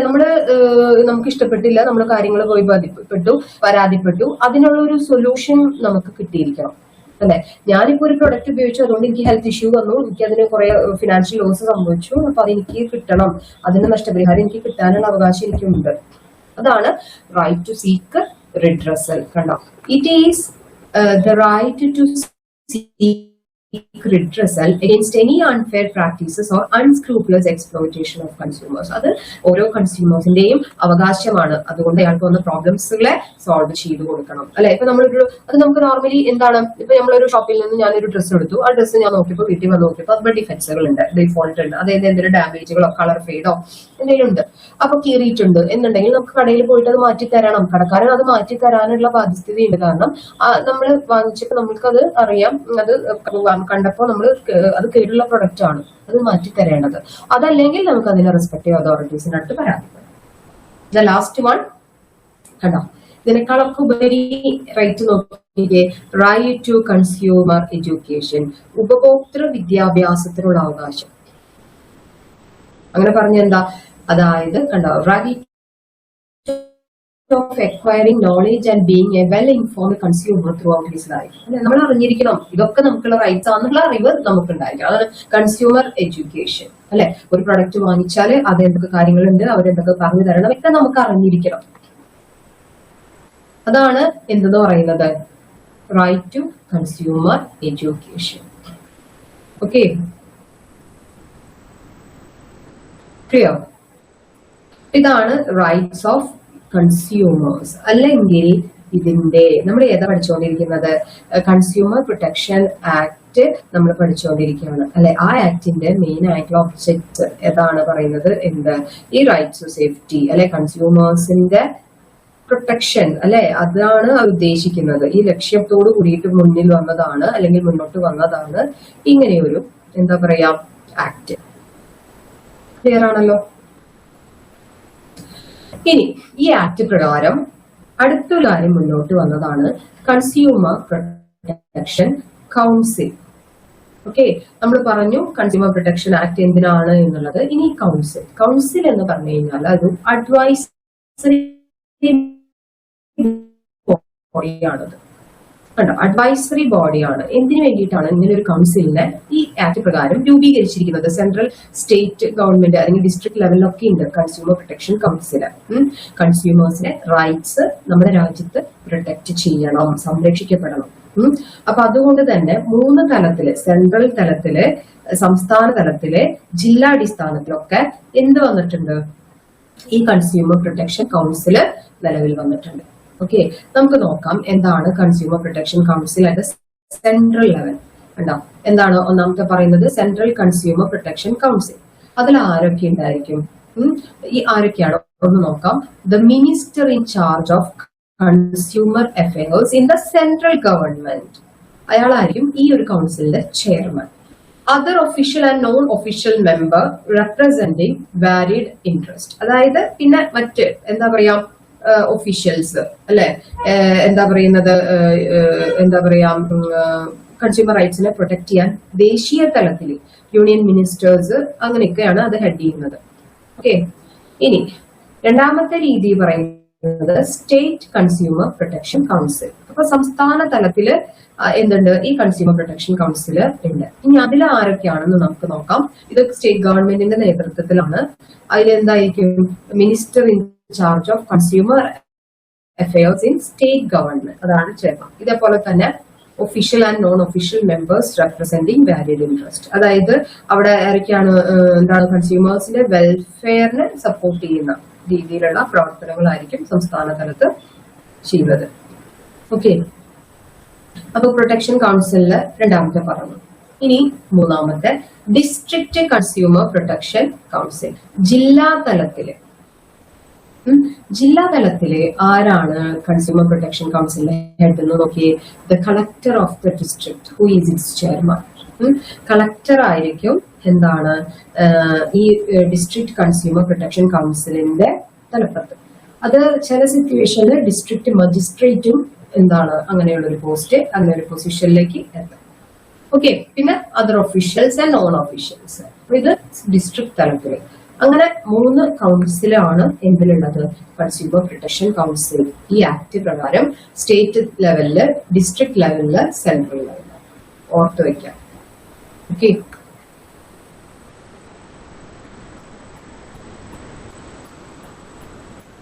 ഇനി നമുക്ക് മെയിൻ ആയിട്ടുള്ള ലാസ്റ്റ് ടോപ്പിക് ആണ്, വളരെ ഇമ്പോർട്ടന്റ് ആണ്. Consumer dispute redressal machinery. നമ്മൾ പറഞ്ഞു കൺസ്യൂമേഴ്സിന് പരാതികൾ ഉണ്ടാകും ഇല്ലേ? പരാതികൾ ഉണ്ടാകുന്നത് ആരടുത്താ പറയുന്നത്? നമ്മൾ പറഞ്ഞു അത് ആദ്യം തന്നെ നമ്മൾ പോയി ഇല്ല, നമുക്കൊരു സാധനം വാങ്ങിച്ചു കഴിഞ്ഞാല് നമ്മൾ എന്ത് ചെയ്യും? അതിന്റെ കടയിൽ പോയിട്ട് എന്തെങ്കിലും മാറ്റം ചെയ്യാനുണ്ടെങ്കിൽ മാറ്റം ചെയ്യും അല്ലേ? കാരണം അയാൾ മാറ്റി തരും. നമുക്കൊരു ഡ്രസ്സ് എടുത്തു, അതിലെന്തെങ്കിലും ഡാമേജ് കണ്ടു, നമുക്ക് അത് കടക്കാരൻ്റെ അടുത്ത് മാറ്റിയെടുക്കാം. എല്ലാ കേസും അത് പറ്റില്ല അല്ലെ? എല്ലാ കേസുകളും അതുപോലെ ആയിരിക്കില്ല. നമുക്കിപ്പോ ഒരു എന്താ പറയാ, ഒരു പ്രോഡക്റ്റ് ഉപയോഗിച്ചു അല്ലെങ്കിൽ സർവീസ് അവൈൽ ചെയ്തു, അതുകൊണ്ട് എന്തെങ്കിലും ഫൈനാൻഷ്യൽ ലോസ് അല്ലെങ്കിൽ നമുക്ക് ഹെൽത്ത് ഇഷ്യൂസുകൾ എന്തെങ്കിലും നമ്മുടെ ആരോഗ്യത്തിനോ ജീവനൊക്കെ ഭീഷണിയായിട്ട് വരാണ് എന്നുണ്ടെങ്കിൽ അങ്ങനെയുള്ള കേസുകളിലൊക്കെ നമുക്ക് ഒരു അതോറിറ്റി ഉണ്ട്, കൺസ്യൂമർ ഡിസ്പ്യൂട്ട് റിഡ്രസൽ മെക്കാനിസം ഉണ്ട്. അപ്പൊ അതിനെ നമ്മൾ സമീപിക്കേണ്ട മേഖലകളാണ് ഇനി പറയുന്നത്. 3 കണ്ടോ, 3 ടയർ സിസ്റ്റമാണ് ഇതില് കൺസ്യൂമർ റിഡ്രസൽ മിഷനറിയില് നമ്മുടെ രാജ്യത്ത് ഉള്ളത്. ഒന്ന് district consumer disputes redressal commission, 2 state സംസ്ഥാന തലത്തില്, 3 ദേശീയ തലത്തില് നാഷണൽ ലെവലില് കൺസ്യൂമർ ഡിസ്പ്യൂട്ട്സ് റിഡ്രസൽ കമ്മീഷൻ. അപ്പൊ ഇത് 3 എന്ന് പറയുന്നതിൽ നമുക്ക് എല്ലാതും ആദ്യം തന്നെ പോയിട്ട് നാഷണൽ ലെവലിൽ സമീപിക്കാൻ പറ്റില്ല. അതിന് കുറച്ച് കണ്ടീഷൻസ് ഉണ്ട്. ഓക്കെ, കണ്ടോ? ആദ്യത്തെ പറയുന്നത് നമുക്ക് നോക്കാം. District consumer disputes redressal commission. അപ്പൊ നിങ്ങൾക്ക് അറിയാലോ, അത് ഡിസ്ട്രിക്ട് ലെവലിൽ പ്രവർത്തിക്കുന്നതാണ്. ആ ഒരു ജില്ലാ തലത്തില് ആ ഒരു അധികാര പരിധിയിലുള്ള കാര്യങ്ങളും പരാതികളും കേൾക്കുന്നതാണ് district consumer dispute redressal commission, അല്ലെങ്കിൽ ഡിസ്ട്രിക്ട് കമ്മീഷൻ എന്ന് ഷോർട്ടാക്കി പറയും. അപ്പൊ അവരുടെ പ്രത്യേകത എന്താണെന്ന് വെച്ച് കഴിഞ്ഞാൽ up to 50 lakh വരെയുള്ള പരാതികൾ അല്ലെ, നമുക്ക് ഇത്രയും എമൗണ്ടിനുള്ളിലുള്ള ഫൈനാൻഷ്യൽ ലോസുകൾ അങ്ങനെയുള്ള കാര്യങ്ങളൊക്കെ പരാതിപ്പെടാൻ നമ്മൾ ആരെ സമീപിച്ചാൽ മതി? ഡിസ്ട്രിക്ട് കൺസ്യൂമർ ഡിസ്പ്യൂട്ട് റിഡ്രസൽ കമ്മീഷനെ സമീപിച്ചാൽ മതി. ഓക്കെ, അത് ജില്ലാ തലത്തിലാണ് പ്രവർത്തിക്കുന്നത്. അതിന്റെ അധികാര പരിധിയിലുള്ള പ്രശ്നങ്ങൾ up to 50 lakhs ഞാൻ ഇവിടെ എഴുതിയിട്ടുണ്ട് കേട്ടോ. അതുവരെയുള്ളത് പരിഹരിക്കാൻ നമ്മൾ ഡിസ്ട്രിക്ട് കൺസ്യൂമർ ഡിസ്പ്യൂട്ട് റിഡ്രസൽ കമ്മീഷനെ സമീപിച്ചാൽ മതി. ഓക്കെ, ദെൻ അടുത്തത് പറയുന്നതാണ് state consumer disputes redressal commission അല്ലെങ്കിൽ സ്റ്റേറ്റ് കമ്മീഷൻ. അപ്പൊ അത് പ്രവർത്തിക്കുന്നത് സ്റ്റേറ്റ് ലെവലില്, സംസ്ഥാന തലത്തിലാണ്. അതിന്റെ അവിടെ എന്താണ്, hear appeals against orders of ഡിസ്ട്രിക്റ്റിന്റെയും അതുപോലെ തന്നെ സംസ്ഥാനത്തിനുള്ളിലുള്ളതും. കാരണം ചില കേസുകൾ ഡിസ്ട്രിക്റ്റിൽ നിൽക്കില്ല, അപ്പൊ അവരെവിടേക്ക് വിടും? സ്റ്റേറ്റ് ലെവലില്. അപ്പൊ അതിന്റെ എമൗണ്ട് നോക്കിക്കേ, കണ്ട 50 ലക്ഷം മുതൽ 2 കോടി വരെയുള്ള അല്ലെ, അങ്ങനെയുള്ള സാമ്പത്തിക നഷ്ടങ്ങളും കാര്യങ്ങളൊക്കെ ഉണ്ടെങ്കിൽ നമുക്ക് സ്റ്റേറ്റ് ലെവലില് പരാതിപ്പെടാം. ഓക്കെ, അപ്പൊ അതാണ് രണ്ടാമത്തെ. ഇനി മൂന്നാമത്തെ പറയുന്നത് നാഷണൽ കമ്മീഷൻ അല്ലെ, അതാണ് അപ്പെക്സ് കൺസ്യൂമർ ഫോറം. ഏറ്റവും അതോറിറ്റി ഉള്ളത് കൺസ്യൂമർ ഫോറം ആണ്, അല്ലെങ്കിൽ അപ്പെക്സ് അതോറിറ്റി ആണ്. സോറി, നാഷണൽ കൺസ്യൂമർ അല്ലെങ്കിൽ നാഷണൽ കമ്മീഷൻ അല്ലെ. 2 കോടിയും അതിന് മുകളിലുമുള്ള കേസുകൾ അതൊക്കെ എവിടേക്കാണ് പോവുക? നാഷണൽ കമ്മീഷനിലേക്കാണ്. കണ്ടോ, അവിടെ എന്താ പ്രത്യേകത? സ്റ്റേറ്റിന്റെ കാര്യങ്ങളും ഇടപെടും, അതുപോലെ തന്നെ വലിയ വലിയ കൺസ്യൂമർ പ്രോബ്ലംസുകളിലെ ഡിസ്പ്യൂട്ട്സുകളെ പരിഹരിക്കുന്നതാണ്. ഏറ്റവും അവസാനമാണ് നമ്മൾ അവിടേക്ക് എത്തുന്നത്.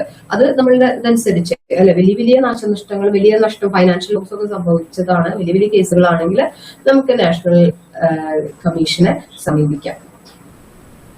അങ്ങനെയുള്ള ഒരു 3 ടയർ കൺസ്യൂമർ റിഡ്രസൽ മിഷനറി ആണ് നമ്മുടെ രാജ്യത്ത് നിലനിൽക്കുന്നത്. ഓക്കെ, അപ്പൊ അതാണ് എന്തെന്ന് പറയുന്നത് കൺസ്യൂമർ ഡിസ്പ്യൂട്ട് റിഡ്രസൽ മിഷനറി എന്നാണ് കേട്ടോ. അപ്പൊ അവർ മെയിൻ ആയിട്ട് എന്താ ചെയ്യുന്നത്? പരാതികൾ സ്വീകരിക്കലാണ് ഇവരുടെ മെയിൻ ജോലി. അത് സ്വീകരിച്ച ഉടനെ എന്ത് ചെയ്യില്ല, അതിന് സോൾവ് ചെയ്യല്ല, അതിനെ കുറിച്ച് എന്ത് ചെയ്യും?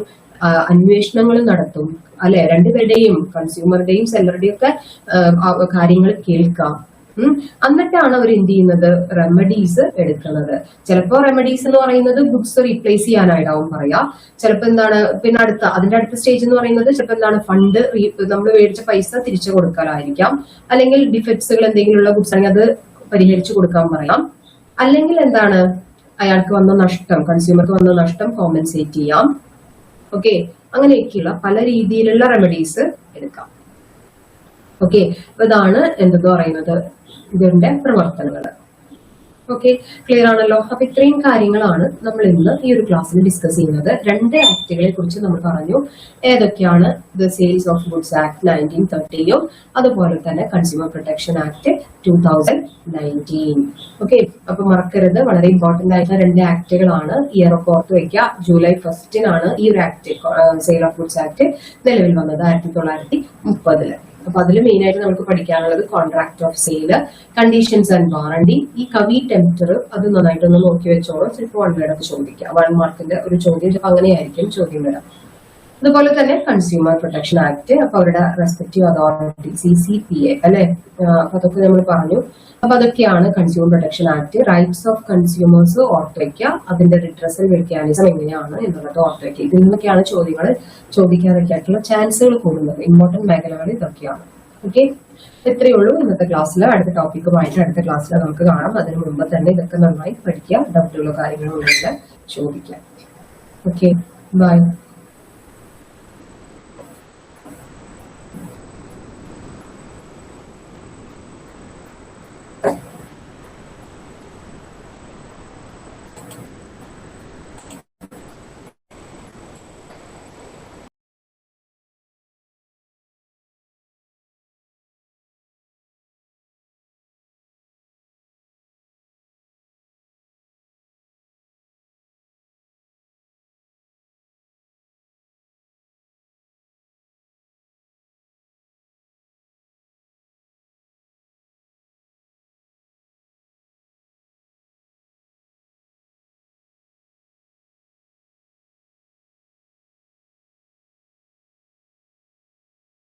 ഓക്കെ, ഇനി നമുക്ക് ഡിസ്കസ് ചെയ്യാനുള്ള ടോപ്പിക് എന്ന് പറയുന്നത് കമ്പനീസ് ആക്ട് 2013 ആണ്.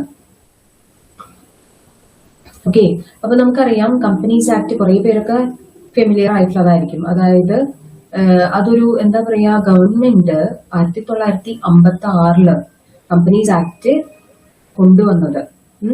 കമ്പനീസ് ആക്ട് നിലവിൽ വന്നത് 1956 ആ ഇയർക്കൊന്ന് ഓർത്ത് വെക്കാം. നമ്മൾ പഠിക്കുന്നത് 2013 പ്രകാരമുള്ള അമെൻഡ്മെന്റ്സ് ആണ്.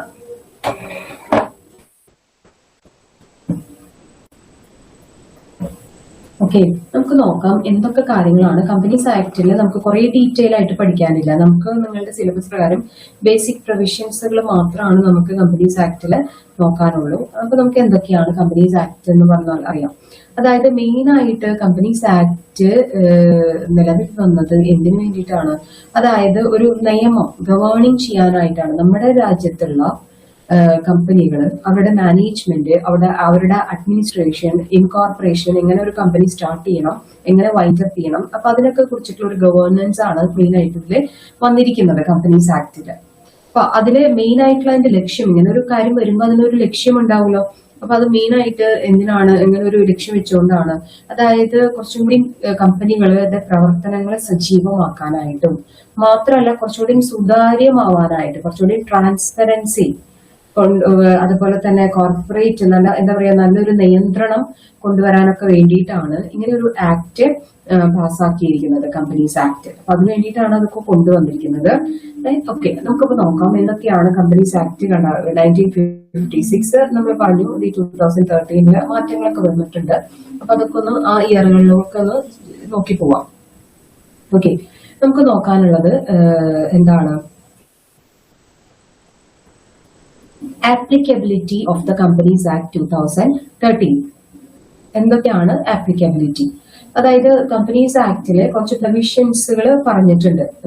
അത് എല്ലാ കമ്പനികളും, ഇന്ത്യയിൽ ഒരു കമ്പനി ആരംഭിക്കണമെന്നുണ്ടെങ്കിൽ ഇതിൽ പറഞ്ഞിരിക്കുന്ന കാര്യങ്ങൾ ഫോളോ ചെയ്തിരിക്കണം.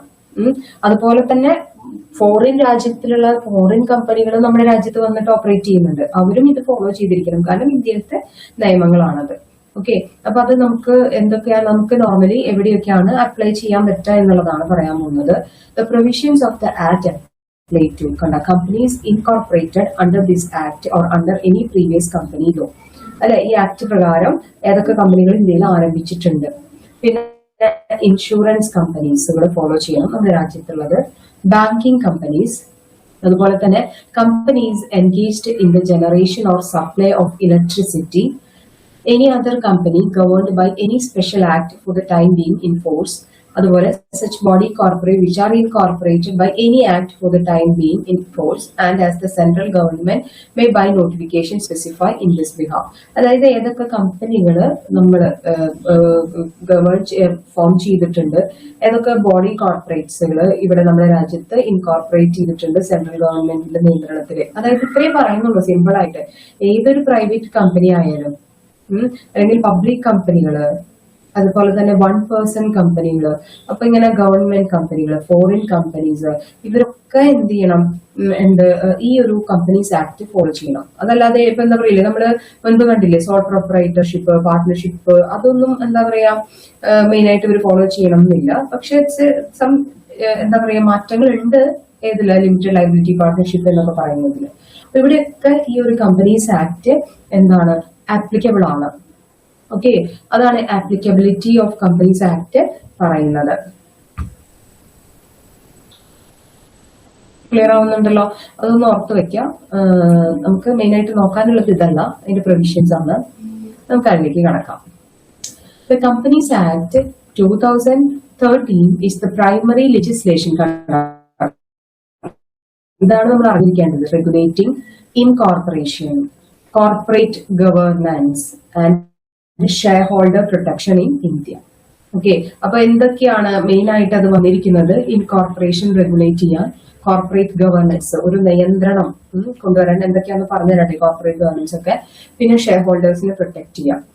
അപ്പൊ അതിന്റെ ഭാഗമായിട്ട് വന്നിരിക്കുന്ന കീ പ്രൊവിഷൻസ് ആണ്: ഒന്ന്, കോർപ്പറേറ്റ് സോഷ്യൽ റെസ്പോൺസിബിലിറ്റി; രണ്ട്, introduce 1% company and enforce strict auditor rotation and liability to improve transparency. അപ്പൊ അങ്ങനെ ഒരു 4-5 കാര്യങ്ങള് പ്രൊവിഷൻസിൽ പറയുന്നുണ്ട്. ഈ പ്രൊവിഷൻസ് മാത്രമേ നമുക്ക് ശരിക്കും പഠിക്കാനുള്ളൂ. ഓക്കെ, അപ്പൊ നമുക്ക് നോക്കാം ആദ്യത്തെ തന്നെ.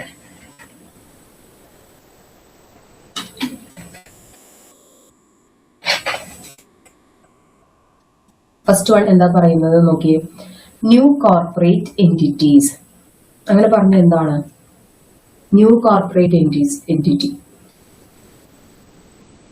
അതായത് കമ്പനീസ് ആക്ട് 2013 പുതിയ കോർപ്പറേറ്റ് എൻറ്റിറ്റീസുകൾ, പുതിയ ഫോം ഓഫ് കോർപ്പറേറ്റ് എൻറ്റിറ്റീസുകൾ എന്താണ് വന്നിട്ടുണ്ട്. എന്തിനു വേണ്ടിയിട്ടാണ്? അതായത് പുതിയ രീതിയിലുള്ള ഓണ്ടർപ്രണർഷിപ്പുകൾ, സംരംഭങ്ങൾ തുടങ്ങാനും പുതിയ രീതിയിൽ കോർപ്പറേറ്റ് ഗവേണൻസ് നടപ്പിലാക്കാനൊക്കെ വേണ്ടിയിട്ട് എന്താണ് ന്യൂ കോർപ്പറേറ്റ് എൻറ്റിറ്റീസ് വന്നിട്ടുണ്ട്.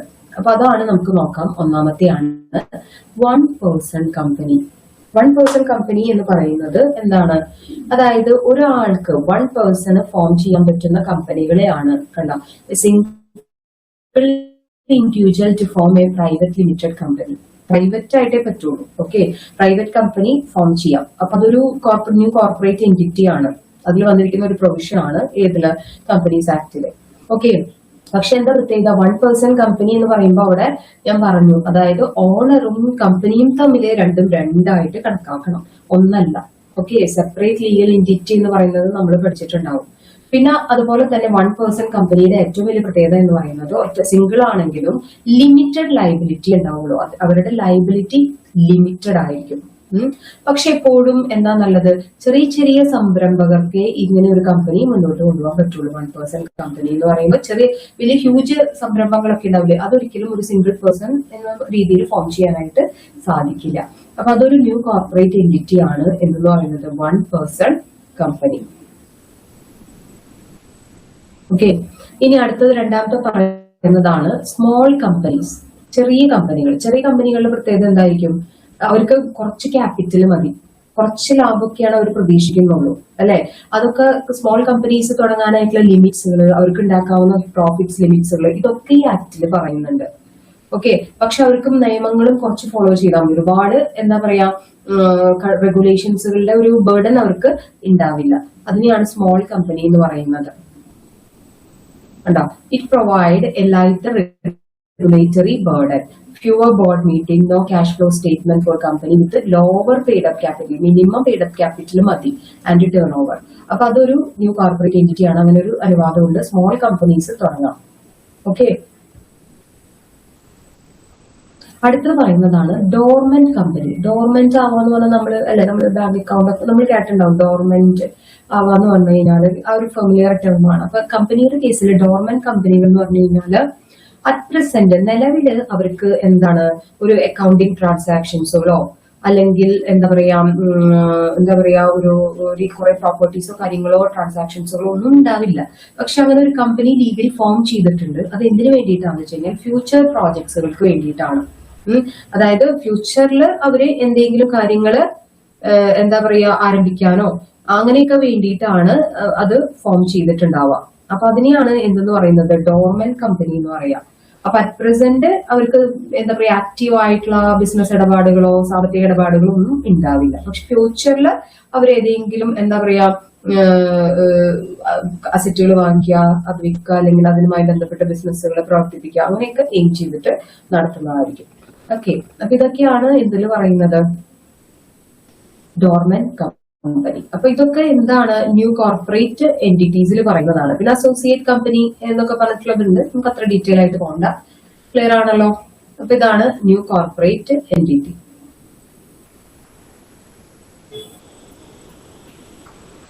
ഓക്കെ, അടുത്തതിലേക്ക് പോവാം. അടുത്തത് നോക്കിക്കേ, എന്താണ് പറയുന്നത് corporate governance and board structure. അടുത്തത് എന്താണ് പറയുന്നത്, ഞാൻ നേരത്തെ പറഞ്ഞു എന്താണ് കോർപ്പറേറ്റ് ഗവേണൻസ് എന്ന് പറഞ്ഞു കഴിഞ്ഞാല് എന്താണ്, അതായത് ഒരു കമ്പനി അല്ലെ, ആ ഒരു കമ്പനിക്ക് കുറച്ച് നമ്മൾ എവിടെയും ഇൻവെസ്റ്റ് ചെയ്യുമ്പോൾ ഒരു കമ്പനി എങ്ങനെയായിരിക്കണം, നമുക്ക് അവിടെ കുറച്ചുകൂടി ട്രാൻസ്പെറൻസി ഉണ്ടാവണം അല്ലെ. അത് മാത്രമല്ല, ട്രാൻസ്പെറൻസി മാത്രമല്ല, കുറച്ചുകൂടി നല്ല എന്താ പറയുക എത്തിക്സ് ഒക്കെ ഉള്ള അല്ലെങ്കിൽ അക്കൗണ്ടബിലിറ്റി ഒക്കെ ഉള്ള കമ്പനി ആയിരിക്കണം അല്ലെ. അപ്പൊ അങ്ങനെയുള്ള ഒരു സിസ്റ്റം നടപ്പിലാക്കുന്നതിനെയാണ് പറയാം കോർപ്പറേറ്റ് ഗവേണൻസ് എന്ന് പറയുന്നത്. അപ്പൊ അങ്ങനെ ഒരു സിസ്റ്റം കൊണ്ടുവരുമ്പോ എന്താണ്, നമുക്ക് നമ്മുടെ ഷെയർ ഹോൾഡേഴ്സിനെ പ്രൊട്ടക്ട് ചെയ്യാം, കുറച്ചുകൂടി ട്രാൻസ്പെറന്റ് ആവും കാര്യങ്ങളെല്ലാം ചെയ്യുന്നത്. അതുപോലെ തന്നെ കുറച്ചുകൂടി നമ്മൾ പറയില്ലേ കറപ്ഷൻ അങ്ങനെയുള്ള കാര്യങ്ങളൊക്കെ ഒഴിവാക്കാം, മറ്റുള്ളവരുടെ ട്രസ്റ്റ് കൂട്ടാം ഇൻവെസ്റ്റേഴ്സിന്റെ. അപ്പൊ അങ്ങനെയൊക്കെ കാര്യങ്ങളാണ് കോർപ്പറേറ്റ് ഗവേണൻസ്. അപ്പൊ അങ്ങനെ ഒരു സ്ട്രക്ചർ. പിന്നെ ബോർഡ് സ്ട്രക്ചർ എന്ന് പറഞ്ഞറിയാലോ, ഒരു കമ്പനിയുടെ റെസ്പോൺസിബിലിറ്റി, അവരുടെ റൂൾസ്, ഇതൊക്കെ അടങ്ങുന്ന, അതൊക്കെ തീരുമാനങ്ങൾ എടുക്കുന്ന ഒരു ബോർഡ് ഓഫ് ഡയറക്ടേഴ്സിന്റെ എന്താ പറയാ ഒരു ഗ്രൂപ്പിനെയാണ് ബോർഡ് സ്ട്രക്ചർ എന്ന് പറയാം. അപ്പൊ ഈ കമ്പനീസ് ആക്ട് 2013 എന്തുകൂടി പറയുന്നുണ്ട്, ഇങ്ങനെയാണ് കോർപ്പറേറ്റ് ഗവേണൻസ് വേണം ബോർഡ് സ്ട്രക്ചർ. അപ്പൊ അതിലൊരു കാര്യം വ്യക്തമായിട്ട് പറയുന്നത് ഒന്നാമത്തെയാണ് വുമൻ ഡയറക്ടർ. അതായത് ചില പ്രിസ്ക്രൈബ്ഡ് ആയിട്ടുള്ള പബ്ലിക് കമ്പനീസില് അവരുടെ ബോർഡ് മെമ്പറിൽ ഒരു എന്താ പറയുക സ്ത്രീയെങ്കിലും ഡയറക്ടർ ആയിട്ട് വേണം എന്നുള്ളൊരു നിർബന്ധം കമ്പനീസ് ആക്ട് വെക്കുന്നുണ്ട്. ഓക്കെ, അതാണ് പറയുന്നത് വുമൺ ഡയറക്ടർ. ക്ലിയർ ആണല്ലോ? അതായത് അതെങ്ങനെ ലിസ്റ്റഡ് കമ്പനികളാവാം, ഇപ്പൊ ഈ സ്റ്റോക്ക് എക്സ്ചേഞ്ചിലൊക്കെ ലിസ്റ്റ് ചെയ്തിട്ടുള്ള കമ്പനികൾ, അങ്ങനെയൊക്കെയുള്ള പബ്ലിക് കമ്പനികളാണെങ്കിൽ എന്താണ്, അവിടെ ഒരു ബോർഡില് കുറെ മെമ്പേഴ്സ് ഉണ്ടാവും അല്ലെ. അപ്പൊ അതില് ഏത് ഡയറക്ടേഴ്സ് ആയാലും ബോർഡിലുള്ള മെമ്പേഴ്സിൽ ഒരു വുമൺ ഡയറക്ടർ വേണം. ഓക്കെ, ക്ലിയർ ആയാലും അത് കമ്പനീസ് ആക്ട് 2013 പറയുന്ന ഒരു കാര്യമാണ്. കാരണം അത് നമുക്ക് നോർമലി ചിന്തിച്ചറിയാം അല്ലെ, വുമൺ ഡയറക്ടർ വേണം എന്ന് പറയുമ്പോൾ അതിന്റെ അർത്ഥം എന്താണ്, കുറച്ചും കൂടി വുമൻസിന് പ്രാധാന്യം കൊടുക്കാനായിട്ട് അല്ലെ, അവരുടെ ഒരു ഇൻവോൾവ്മെന്റ് കൂട്ടാനായിട്ട് കാര്യങ്ങളിൽ, പിന്നെ കുറച്ചും കൂടി ഡിഫറെന്റ് ആയിട്ട് ചിന്തിക്കാനും കാര്യങ്ങൾക്കൊക്കെ സ്ത്രീകൾക്ക് കഴിയും അല്ലെ ഉണ്ട്. അപ്പൊ അതൊക്കെ ഒന്ന് വരാൻ വേണ്ടിയിട്ടാണ് അങ്ങനെ ഒരു നിയമം കൊണ്ടുവന്നത്. ഓക്കെ, രണ്ടാമത്തേത് പറയുന്നതാണ്, അടുത്തൊരു നിയമം പറഞ്ഞതാണ് റെസിഡന്റ് ഡയറക്ടർ. ബോർഡ് സ്ട്രക്ചറിൽ ബോർഡ് ഓഫ് മെമ്പേഴ്സിൽ ഒരാളെങ്കിലും റെസിഡന്റ് ഡയറക്ടർ ആവണം. റെസിഡന്റ് എന്ന് പറഞ്ഞാൽ അറിയാലോ, ഇന്ത്യയിൽ കഴിഞ്ഞ ഫിനാൻഷ്യൽ ഇയറിൽ മിനിമം 182 ദിവസമെങ്കിലും നിന്ന ആളെയാണ് റെസിഡന്റ് എന്ന് പറയാൻ പറ്റുന്നത്. അറിയാമല്ലോ, ആ ഒരു ടേം നിങ്ങൾക്ക് കേട്ടിട്ടുണ്ടാവും അല്ലെ, റെസിഡന്റ് ഡയറക്ടർ.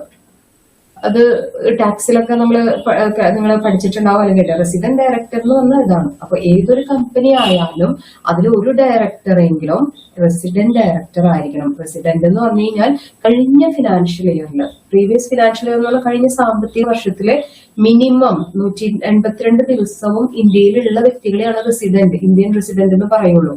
അപ്പൊ അങ്ങനെയുള്ള ഒരു വ്യക്തി എന്തിനാണ്, അതിന്റെ ആവശ്യം എന്താണെന്ന് നമുക്ക് ഊഹിച്ചാൽ അറിയാം അല്ലെ. കുറച്ചുകൂടിയും കമ്പനിയുടെ കാര്യങ്ങൾ, നമ്മൾ ഇന്ത്യയിലുള്ള ആളുകളാകുമ്പോൾ കുറച്ചുകൂടി ഉത്തരവാദിത്തോട് കൂടിയിട്ട് കാര്യങ്ങളൊക്കെ ചെയ്യും. അപ്പൊ അങ്ങനെ ഒരു നിയമം കൊണ്ടുവന്നിരിക്കുന്നത് അതുകൊണ്ടാണ്. ക്ലിയർ ആണല്ലോ? ഇതൊക്കെ ഓർത്തു വെക്കേണ്ട കാര്യങ്ങളാണ്. ഓക്കെ, ഇനി അടുത്തത് പറയുന്നതാണ് ഇൻഡിപെൻഡന്റ് ഡയറക്ടേഴ്സ്. എന്തായിരിക്കും ഇൻഡിപെൻഡന്റ് ഡയറക്ടേഴ്സ് എന്ന് പറഞ്ഞാൽ? ഇതേപോലെ തന്നെ കമ്പനിയുടെ ബോർഡില് പ്രത്യേകിച്ച്, അതായത് വ്യക്തി, പുറത്തുനിന്നുള്ള ഒരു വ്യക്തി, അതായത് കണ്ടോ, required specific proportion of the board in listed and public company ensuring unbiased oversight. അങ്ങനെ പറഞ്ഞെന്താ, ഒരു കമ്പനിയിൽ നിന്ന് വിട്ടു നിൽക്കുന്ന, അതായിട്ട് ബന്ധപ്പെടുന്ന ഒരാളെ വെക്കാതെ പുറത്തു നിന്നുള്ള ഒരാളെ വെക്കുക. കാരണം അയാൾക്ക് ആ കമ്പനിയുടെ ഫൈനാൻഷ്യൽ ആയിട്ടുള്ള കാര്യങ്ങൾക്കോ അല്ലെങ്കിൽ അതിനുമായിട്ടുള്ള കാര്യങ്ങളിലൊന്നും ഇല്ലാത്ത ഒരു വ്യക്തി ആയിരിക്കണം. അപ്പോഴാണ് കുറച്ചുകൂടി അയാൾ പുറത്തുനിന്ന് കമ്പനിയുടെ കാര്യങ്ങളൊക്കെ വീക്ഷിക്കുക.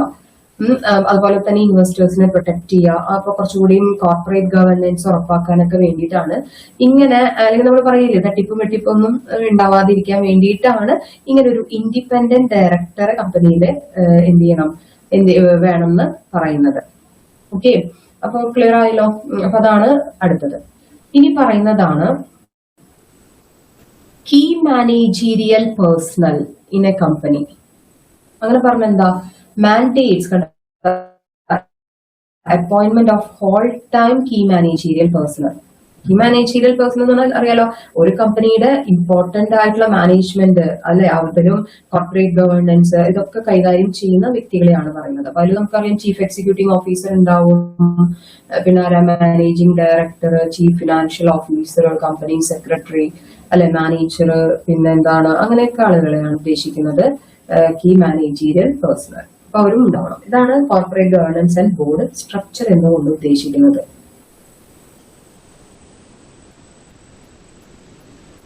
ക്ലിയർ? ഇനി അടുത്തത് നോക്കാം. അടുത്തത് എന്താണ് പ്രൊവിഷനിൽ പറയുന്നത്? Corporate social responsibility.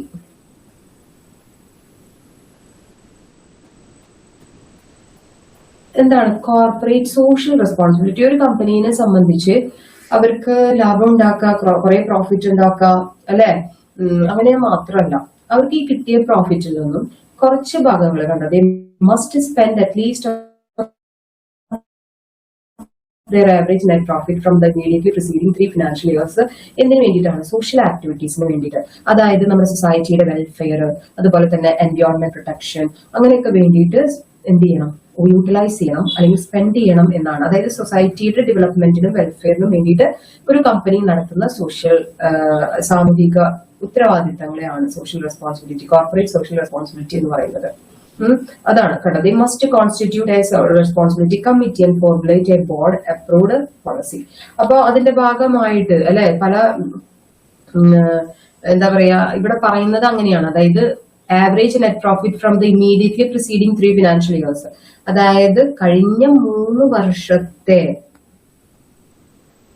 Average profit ഉണ്ടാവുമല്ലോ. ആ ആവറേജ് പ്രോഫിറ്റിന്റെ മിനിമം 2% എങ്കിലും അവര് സൊസൈറ്റിക്ക് വേണ്ടിയിട്ട് ചെലവാക്കണം. അതായത് ചിലപ്പോൾ നല്ലൊരു എഡ്യൂക്കേഷണൽ ഫെസിലിറ്റീസ് പ്രൊമോട്ട് ചെയ്യലായിരിക്കാം, എൻവയോൺമെന്റ് പ്രൊട്ടക്ട് ചെയ്യലായിരിക്കാം, പോവർട്ടി ഇറാഡിക്കേഷൻ ആയിരിക്കാം, അല്ലെങ്കിൽ റൂറൽ ഡെവലപ്മെന്റ് ആയിരിക്കാം, എന്തായിക്കോട്ടെ അങ്ങനെയുള്ള പദ്ധതികൾ കാര്യങ്ങളൊക്കെ അവർ നടപ്പിലാക്കണം. അതിനെയാണ് കോർപ്പറേറ്റ് സോഷ്യൽ റെസ്പോൺസിബിലിറ്റി എന്ന് പറയുന്നത്. ഓക്കെ, അപ്പൊ അത് വളരെ ഇമ്പോർട്ടന്റ് ആണ്. കാരണം നമുക്കറിയാം ഇക്കോണമിയുടെ ഡെവലപ്മെന്റിനെ, സൊസൈറ്റിയുടെ ഡെവലപ്മെന്റിനെ, അതുപോലെ തന്നെ കമ്പനിയുടെ റെപ്യൂട്ടേഷൻ അതൊക്കെ അത് ബാധിക്കും. അപ്പൊ അതാണ് social responsibility.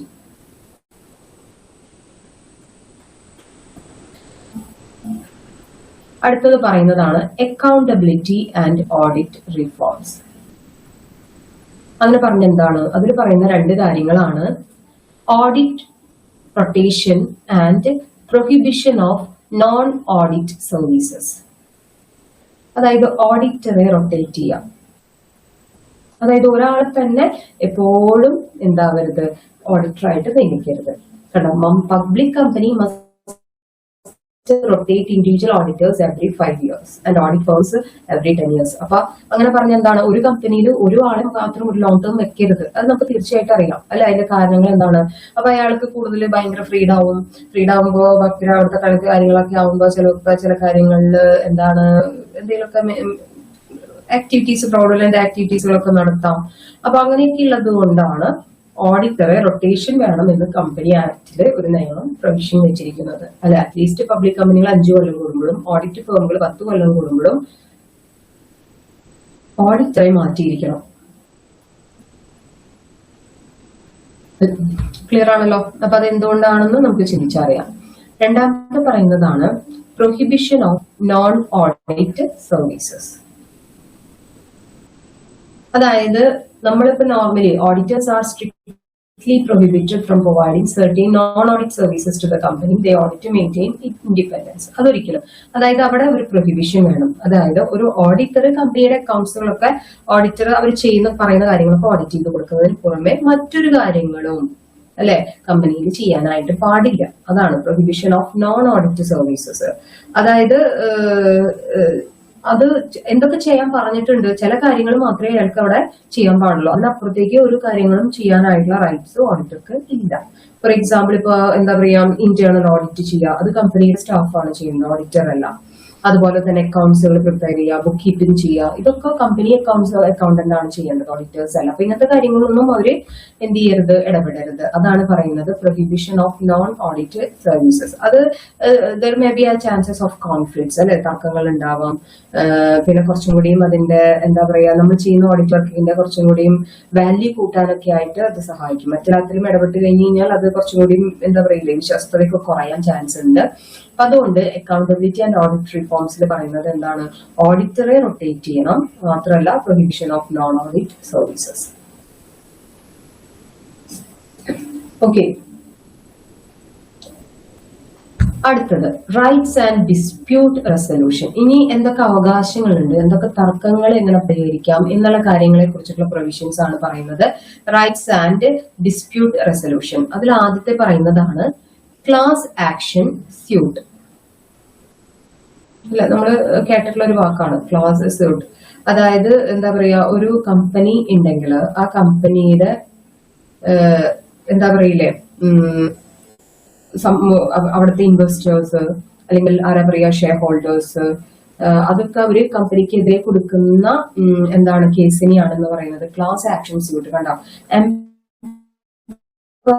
empowers minority shareholders to file suit against the company or auditors if they വെറുതെ കൊടുക്കുന്ന കാര്യമല്ല, if they suspect management or conduct is offensive or prejudicial to their interest. അതായത് ഇപ്പൊ കമ്പനി എന്തെങ്കിലും തെറ്റായിട്ടുള്ള കാര്യങ്ങളാണ് ചെയ്യുന്നത് അല്ലെ, അല്ലെങ്കിൽ കമ്പനി ഒരു പ്രശ്നം നേരിട്ട് അതുകൊണ്ട് എന്താ പറയാ, അതുകൊണ്ട് ഇൻവെസ്റ്റേഴ്സിനെ അത് ബാധിക്കും, നിക്ഷേപകരെ ബാധിക്കുന്നുണ്ട് എന്നുണ്ടെങ്കിൽ അവർക്ക് എന്ത് ചെയ്യാം, സ്യൂട്ട് ഫയൽ ചെയ്യാം കോടതിയിൽ. എന്റെ ലക്ഷ്യത്തിലേ ഉള്ളൂ ഇൻവെസ്റ്റേഴ്സിനെ പ്രൊട്ടക്ട് ചെയ്യാം അല്ലെ. പിന്നെ കമ്പനി എന്തെങ്കിലും ലീഗലായിട്ട് അങ്ങനെ ചെയ്യുന്നുണ്ടെങ്കിൽ അല്ലെങ്കിൽ അതൊക്കെ തടയാം. അപ്പൊ അതിനൊക്കെ വേണ്ടിയിട്ടാണ് ഇപ്പൊ ഫോർ എക്സാമ്പിൾ ഒരു കമ്പനി എന്താ പറയാ മിസ്റെപ്രസെന്റേഷൻ അല്ലെങ്കിൽ മിസ്ലീഡിംഗ് ആയിട്ടുള്ള ഇൻഫോർമേഷൻസ് കൊടുത്തിട്ട് ഇൻവെസ്റ്റേഴ്സിനെ അട്രാക്ട് ചെയ്തു, അത് അവർക്ക് ബോധ്യപ്പെടുകയാണെങ്കിൽ അതുകൊണ്ട് അവർക്ക് നഷ്ടം സംഭവിക്കുകയാണെങ്കിലൊക്കെ അവർക്ക് സ്യൂട്ട് ഫയൽ ചെയ്യും. അതിനെ പറയുന്നതാണ് class action suit. Okay, clear ആയല്ലോ? അപ്പൊ അത് അവരുടെ ഒരു അവകാശമാണ്, അവരുടെ ഷെയർ ഹോൾഡേഴ്സിന്റെ ഒക്കെ ഒരു അവകാശമാണ്. അതാണ് റൈറ്റ്സ് ആൻഡ് ഡിസ്പ്യൂട്ട് റെസൊല്യൂഷനിൽ പറയുന്നത്. അടുത്തത് പറയുന്നത് NCLT ആൻഡ് NCLAT. അങ്ങനെ പറഞ്ഞ എന്താ, national company law tribunal and national company law appellate tribunal. എങ്ങനെയായിരിക്കും ഡിസ്പ്യൂട്ട്സിലെ പരിഹരിക്കാം. നാഷണൽ കമ്പനി ലോ ട്രൈബ്യൂണൽ അതായത് കമ്പനികളുമായി ബന്ധപ്പെട്ട് എന്തെങ്കിലും ഡിസ്പ്യൂട്ട്സുകൾ, തർക്കങ്ങള് അല്ലെങ്കിൽ പരാതികള്, അതിനൊക്കെ വേണ്ടിയിട്ട് സ്ഥാപിച്ചിരിക്കുന്ന ഒരു ട്രൈബ്യൂണലാണ്. അപ്പൊ അവരുടെ കമ്പനികളുമായി റിലേറ്റ് ചെയ്തിട്ട് അവരുടെ തർക്കങ്ങൾ പരിഹരിക്കാം, അല്ലെങ്കിൽ ഒരു കമ്പനി മറ്റൊരു കമ്പനിയായിട്ട് മെർജ് ചെയ്യുക, അമാൽഗമേറ്റ് ചെയ്യുക. അപ്പൊ അങ്ങനത്തെ സിറ്റുവേഷനില് അല്ലെങ്കിൽ എന്തെങ്കിലും മിസ്മാനേജ്മെന്റുകൾ കാണുകയാണെങ്കിൽ അങ്ങനെയൊക്കെയുള്ള, അല്ലെങ്കിൽ കമ്പനി വൈൻഡപ്പ് ചെയ്യുക, അപ്പൊ അങ്ങനെയൊക്കെയുള്ള കാര്യങ്ങളെയൊക്കെ കുറിച്ചിട്ട് കൂടുതൽ കുറച്ചുകൂടി വ്യക്തമായിട്ടും കാര്യങ്ങളൊക്കെ ചെയ്യാൻ വേണ്ടിയിട്ടാണ് ഇങ്ങനെ ഒരു ട്രൈബ്യൂണലിനെ അപ്പോയിന്റ് ചെയ്തിരിക്കുന്നത്. നാഷണൽ കമ്പനി ലോ ട്രൈബ്യൂണലും നാഷണൽ കമ്പനി ലോ അപ്പലേറ്റ് ട്രൈബ്യൂണലും. ഇതിൽ രണ്ടാണ്. അതായത് national company law appellate tribunal എന്ന് പറയുന്നത് NCLTയുടെ വിധികൾക്കൊക്കെ എന്താ പറയാ അപ്പീൽ നൽകാൻ കഴിയുന്ന ട്രൈബ്യൂണലാണ്. NCLT എന്തെങ്കിലും കാര്യങ്ങൾ പറഞ്ഞിട്ടുണ്ടാവും, തീരുമാനങ്ങൾ ട്രൈബ്യൂണലല്ല വിധികൾ പറഞ്ഞിട്ടുണ്ടാവും. അപ്പൊ അതിനെന്തെങ്കിലും എതിരെ പറയുന്ന അപ്പലേറ്റ് ട്രൈബ്യൂണലാണ് NCLAT. അതിപ്പോ കാരണം ഈ NCLT എടുക്കുന്ന decisions if it is correct ആണെങ്കിൽ ഓക്കെ, അതർവൈസ് ഇവർക്ക് അതിനുള്ള റൈറ്റ്സ് ഉണ്ട്, അത് തിരുത്താനും അത് വെച്ച് മുന്നോട്ട് പോകാനൊക്കെ ആയിട്ടുള്ള റൈറ്റ്സ് ഉണ്ട്. അതാണ് റൈറ്റ്സ് ആൻഡ് ഡിസ്പ്യൂട്ട് റെസൊല്യൂഷൻ എന്ന് പറയുന്നത് class action suit, NCLT and NCLAT. Okay, last one പറയുന്നതാണ് ട്രാൻസ്പെറൻസി ആൻഡ് ഇ ഗവേണൻസ്. സുതാര്യത അല്ലെ, എല്ലാ കാര്യങ്ങൾക്കും കുറച്ചും കൂടി സുതാര്യത വേണം അല്ലെ. നമ്മളിപ്പോ ഒരു കാര്യം ചെയ്യുമ്പോൾ അതിന്റെ ഫൈനാൻഷ്യൽ, ഒരു കമ്പനി അവരുടെ ഫൈനാൻഷ്യൽ ആയിട്ടുള്ള ഡീറ്റെയിൽസ്, അവരുടെ പേഴ്സണൽ അല്ലെങ്കിൽ കോൺഫിഡൻഷ്യൽ ആയിട്ടുള്ള ഡിസിഷൻസ്, അത് എന്താ പറയാ കൊടുക്കുമ്പോൾ അത് ആർക്കൊക്കെ വേണം, അതിന് ഇൻട്രസ്റ്റഡ് പാർട്ടീസ് ഉണ്ടാവും, കമ്പനിയുമായിട്ട് അവരുടെ ഷെയർ ഹോൾഡേഴ്സ് ആവാം, ഇൻവെസ്റ്റേഴ്സ് ആവാം. അത് തുറന്ന രീതിയിൽ കൊടുക്കണം അല്ലെ. അത് കുറെ കാര്യങ്ങള് മറച്ചു വെക്കരുത്. അതാണ് പറയുന്നത് ട്രാൻസ്പെറൻസി. എന്നാലാണ് അവർക്ക് ആ ഒരു കമ്പനിയോട് ഒരു ട്രസ്റ്റ് ഉണ്ടാവുള്ളൂ. അല്ലെങ്കിൽ ആ കമ്പനിയിൽ വീണ്ടും ഇൻവെസ്റ്റ് ചെയ്യാനായിട്ട് അല്ലെങ്കിൽ ഇൻവെസ്റ്റേഴ്സിനെ പ്രൊട്ടക്ട് ചെയ്യാനായിട്ട് നമ്മൾ ചെയ്യേണ്ട കാര്യങ്ങളാണ് അതൊക്കെ. ഓക്കെ, കറക്റ്റ് ആയിട്ട് റിപ്പോർട്ട്സുകൾ പബ്ലിഷ് ചെയ്യാം, കറക്റ്റ് ആയിട്ടുള്ള ഫൈനാൻഷ്യൽ റിപ്പോർട്ട്സുകൾ ഡിസ്ക്ലോസ് ചെയ്യാം, അതൊക്കെ. ഇനി എന്താ ഇ ഗവേണൻസ് എന്നത്? നമുക്കറിയാം ഒരു കമ്പനിയിൽ ഇലക്ട്രോണിക് ആയിട്ടുള്ള കാര്യങ്ങൾ നടപ്പിലാക്കാം. അപ്പൊ കുറച്ചുകൂടി ഫാസ്റ്റ് ആയിട്ട് അല്ലെ കാര്യങ്ങൾ ട്രാൻസ്പെറന്റ് ആയിട്ട് നമുക്ക് ചെയ്യാനായിട്ട് സാധിക്കും.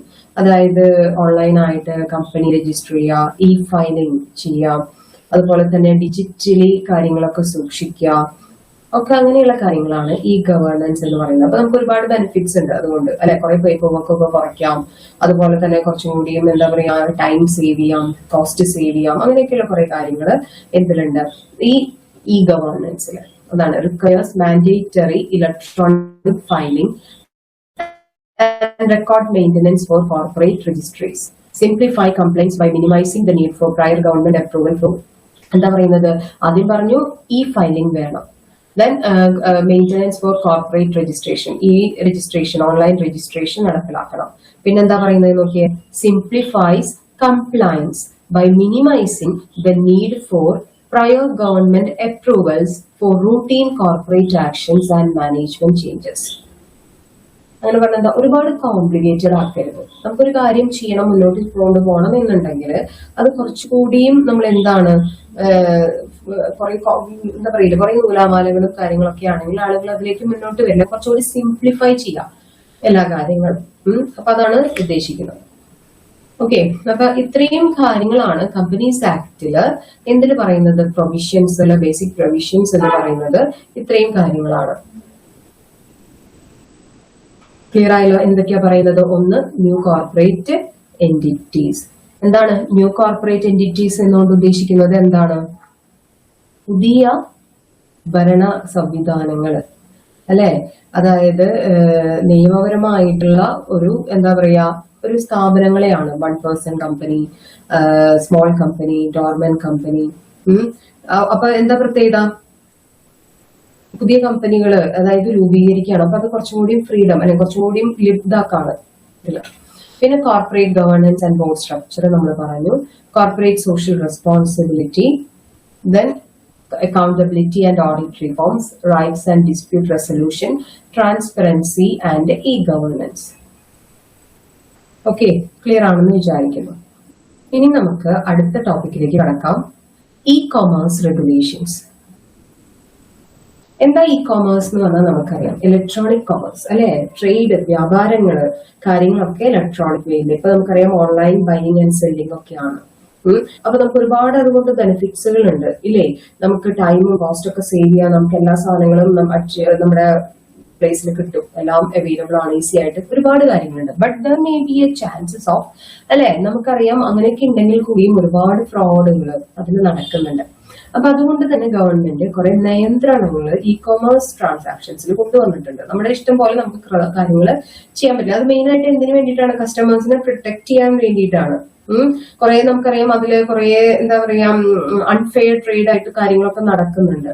അപ്പൊ അതൊക്കെ ഒഴിവാക്കാൻ വേണ്ടിയിട്ടാണ് ഇങ്ങനെയുള്ള റെഗുലേഷൻസുകൾ കൊണ്ടുവന്നിരിക്കുന്നത്. അതാണ് operating compliant e-commerce business requires adherence to laws regarding digital contracts, data privacy, taxation, consumer protection to avoid severe penalties and build market trust. അല്ലെ, അപ്പൊ നമ്മൾ എന്താ പറയാ കുറച്ച് കാര്യങ്ങൾ, അതായത് നിങ്ങൾ കേട്ടിട്ടുണ്ടാവും, അതായത് ഇ കോമേഴ്സ് ഒക്കെ നമുക്ക് ചെയ്യണം എന്നുണ്ടെങ്കിൽ നമ്മൾ സെല്ലർ, ഞാനിപ്പോ ഒരു സാധനം വിൽക്കുന്നതാണ് ത്രൂ ഓൺലൈൻ ആണെങ്കിൽ എന്റെ എല്ലാ വിവരങ്ങളും അതിൽ നമ്മൾ ഡിസ്ക്ലോസ് ചെയ്യണം. അതായത് അഡ്രസ്സ്, നമ്മൾ എന്താ ചെയ്യുന്ന കാര്യങ്ങളൊക്കെ, നമ്മുടെ ബിസിനസ്, നമ്മുടെ കാര്യങ്ങളൊക്കെ, പിന്നെ നമ്മൾ എന്താണ് ത്രൂ ഓൺലൈൻ പ്രൊഡക്റ്റുകൾ ഏതൊക്കെയാണ്, അതിന്റെ ക്വാളിറ്റി, അല്ലെങ്കിൽ റിട്ടേൺ ചെയ്യണമെങ്കിൽ റിട്ടേൺ പോളിസീസ് എന്തൊക്കെയാണ് എന്നുള്ളത്. അറ്റ് ദ സെയിം ടൈം പിന്നെ എന്തുകൂടി നോക്കണം, if there is any complaints from the consumer side, അല്ലെ, അത് നമ്മൾ അക്സെപ്റ്റ് ചെയ്യണം, സോൾവ് ചെയ്യണം. ഇതൊക്കെ നമ്മൾ കൊണ്ടുവന്നാൽ ഇ കോമേഴ്സ് ചെയ്യാൻ പറ്റുള്ളൂ എന്നാണ് ഗവൺമെന്റ് പറയുന്നത്. അങ്ങനെ ഒരു റെസ്ട്രിക്ഷൻസ്, റെഗുലേഷൻസ് കൊണ്ടുവന്നിരിക്കുകയാണ്. ഇ കോമേഴ്സ് റെഗുലേഷൻസ് എന്ന് പറഞ്ഞാൽ അതാണ്. ഓക്കെ, നമുക്ക് എന്തൊക്കെയാണെന്ന് നോക്കാം. Consumer protection rules 2020. Consumer protection rules 2020 e കോമേഴ്സുമായി ബന്ധപ്പെട്ട, അതായത് നമ്മുടെ രാജ്യത്ത് ഓൺലൈൻ ബിസിനസ്സുകളെ കൺട്രോൾ ചെയ്യാൻ വേണ്ടിയിട്ട് കൊണ്ടുവന്നിരിക്കുന്ന ഇതാണ് കൺസ്യൂമർ പ്രൊട്ടക്ഷൻ റൂൾസ്. അപ്പൊ എന്തൊക്കെയാണെന്ന് അതിൽ നമുക്ക് നോക്കാം. ട്രാൻസ്പെറൻസി വേണം. അതായത് നമ്മൾ പറഞ്ഞ പോലെ എല്ലാ കാര്യങ്ങൾക്കും കുറച്ചുകൂടി വ്യക്തത, അതായത് ഒരു സെല്ലറെ സംബന്ധിച്ച് എന്താണ് ഫുൾ ഡീറ്റെയിൽസ് ഡിസ്ക്ലോസ് ചെയ്യണം, അദ്ദേഹത്തെ കുറിച്ചിട്ടുള്ളത്, പ്രോഡക്ട്സുകൾ, ടേംസ് ഓഫ് സർവീസസുകൾ, കണ്ടാം എന്തൊക്കെയാണ് നമ്മൾ സർവീസസുകൾ ഓഫർ ചെയ്യുന്നത് എന്നുള്ളതൊക്കെ. പിന്നെ ഗ്രിവൻസ് റിഡ്രസൽ, അതായത് ഗ്രിവൻസ് റിഡ്രസൽ എന്ന് പറഞ്ഞു കഴിഞ്ഞാല് ഏതൊരു ഇ കോമേഴ്സ് സ്ഥാപനങ്ങളാണെങ്കിലും അവര് ത്രൂ ഓൺലൈൻ പ്രൊവൈഡ് ചെയ്യുന്നുണ്ടെങ്കിൽ കസ്റ്റമേഴ്സിന്റെ പരാതികൾ പരിഹരിക്കാനായിട്ട് ഒരു ഓഫീസറെ അവർ നിയമിക്കണം. അതാണ് പറയുന്നത്, appointment of grievance officer to address consumer complaints within a stipulated time frame. Okay, ഒരു പരാതി കസ്റ്റമറിന് കിട്ടിയ വിതിൻ ലിമിറ്റഡ് ടൈമിനുള്ളിൽ 30 ദിവസം കൊണ്ട് ആ പരാതി സോൾവ് ചെയ്ത് കാര്യങ്ങൾ തീരുമാനാക്കി കൊടുക്കണം. അപ്പൊ അതൊക്കെയാണ് പറയുന്നത്. പിന്നെ എന്താ പറയാ, ലയബിലിറ്റി ഉണ്ടോ. E commerce platform are held liable for any misleading advertisements or unfair trade practices. അങ്ങനെ എന്തെങ്കിലും നടത്തി കഴിഞ്ഞു കഴിഞ്ഞാൽ അവർക്ക് അതിന്റെ ലയബിലിറ്റി ഉണ്ട്. ഓക്കെ, അതാണ് പറയുന്നത്. അപ്പൊ പിന്നെ കൺസ്യൂമർ റൈറ്റ്സ് പ്രൊട്ടക്ട് ചെയ്യുക. അപ്പൊ അതാണ് കൺസ്യൂമർ പ്രൊട്ടക്ഷൻ റൂൾസ് 2020 പറയുന്നത്. ഇനി അടുത്തത് FDI, foreign direct investment policy. അതായത് എന്താ പറയാ, foreign direct investment policy in E commerce എന്ന് പറഞ്ഞു കഴിഞ്ഞാല് നമ്മുടെ മറ്റ് രാജ്യക്കാര്, അല്ലെ, ഇന്ത്യയിലുള്ള കമ്പനികളിൽ ഇൻവെസ്റ്റ് ചെയ്യുന്നുണ്ട്. അപ്പൊ അതില് മെയിൻ ആയിട്ട് എന്തൊക്കെയാണ് റെഗുലേഷൻസ് കൊണ്ടുവന്നിരിക്കുന്നത്.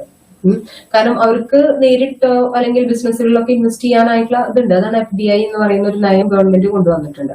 പക്ഷെ അതിന് കുറച്ച് കാര്യങ്ങളുണ്ട്. ഒന്ന് മാർക്കറ്റ് പ്ലേസ് മോഡലും, രണ്ട് ഇൻവെന്ററി ബേസ്ഡ് മോഡലും ആണ്. ഓക്കെ, എന്താണ് മാർക്കറ്റ് പ്ലേസ് മോഡൽ എന്ന് പറഞ്ഞു കഴിഞ്ഞാൽ,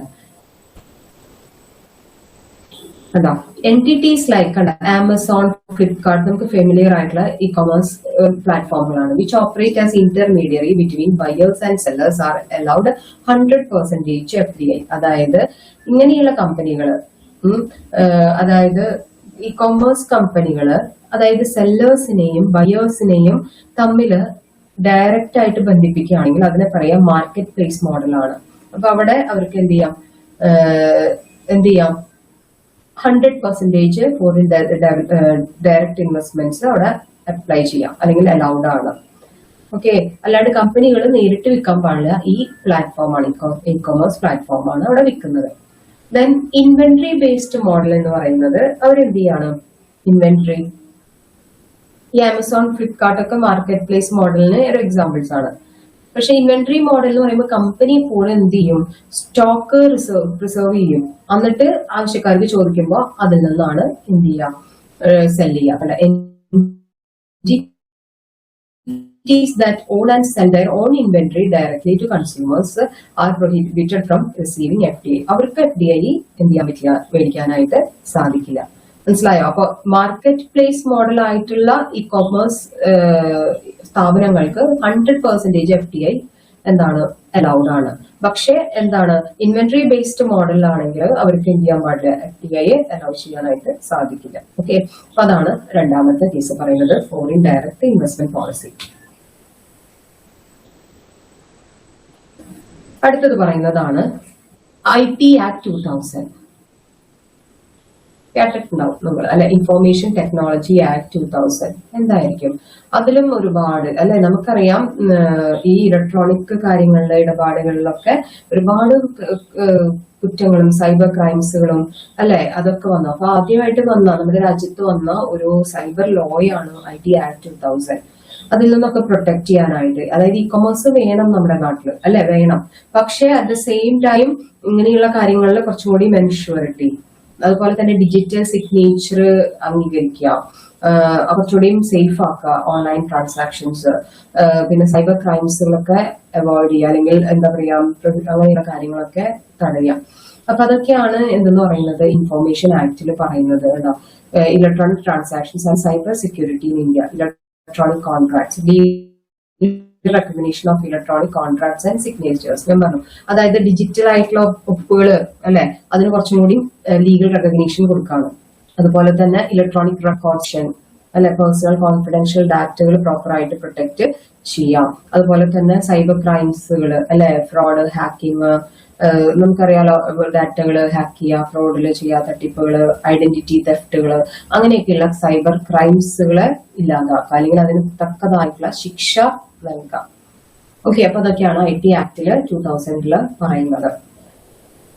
ഇനി അടുത്തത് പറയുന്നതാണ് goods and service tax, GST അല്ലെ, നമുക്കൊരു ഇൻഡയറക്ട് ടാക്സ് ആണ് ഗുഡ്സ് ആൻഡ് സർവീസ് ടാക്സ്. അപ്പൊ അതിലും എന്താ പറയാ, നമുക്കറിയാം സാധനങ്ങളുടെയും ഇന്ത്യയിലുള്ള അല്ലെ ഗുഡ്സ് ആൻഡ് സർവീസസിന്റെ സപ്ലൈയിൽ എത്തുന്ന ഒരു ഇൻഡയറക്ട് ടാക്സ് ആണ്. നമുക്കറിയാം 2017 നിലവിൽ വന്നു. അതൊക്കെയാണ് GST. അപ്പൊ അതിന്റെ പ്രത്യേകത എന്താണ്? GST എന്ന് പറയുമ്പോൾ അതിന്റെ ലക്ഷ്യം എന്താണ്? E commerce must comply with GST regulation. അപ്പൊ ഏതൊരു വ്യക്തിയും ഇ കൊമേഴ്സ് ട്രാൻസാക്ഷൻസ് ആണെങ്കിലും എന്താണ് GST റെഗുലേഷൻസ് ഫോളോ ചെയ്യണം. Tax collection and source, e commerce platform are required to collect tax collect അല്ലെ, അവർക്ക് വാങ്ങിക്കാം. GST രജിസ്ട്രേഷൻ ചെയ്യണം, ഇൻവോയ്സിങ് അല്ലെ, അതൊക്കെ നടത്തിയിരിക്കണം. ഓക്കെ, അപ്പൊ അതാണ് നെക്സ്റ്റ് പറയുന്നത്. Then data privacy laws. അടുത്തത് പറയുന്നത് എന്താണ്? ഡാറ്റ പ്രൈവസി അല്ലെ, നമുക്ക് ആവശ്യമാണ്. എന്താണ് ഡാറ്റ പ്രൈവസി ലോ എന്ന് പറയുമ്പോൾ?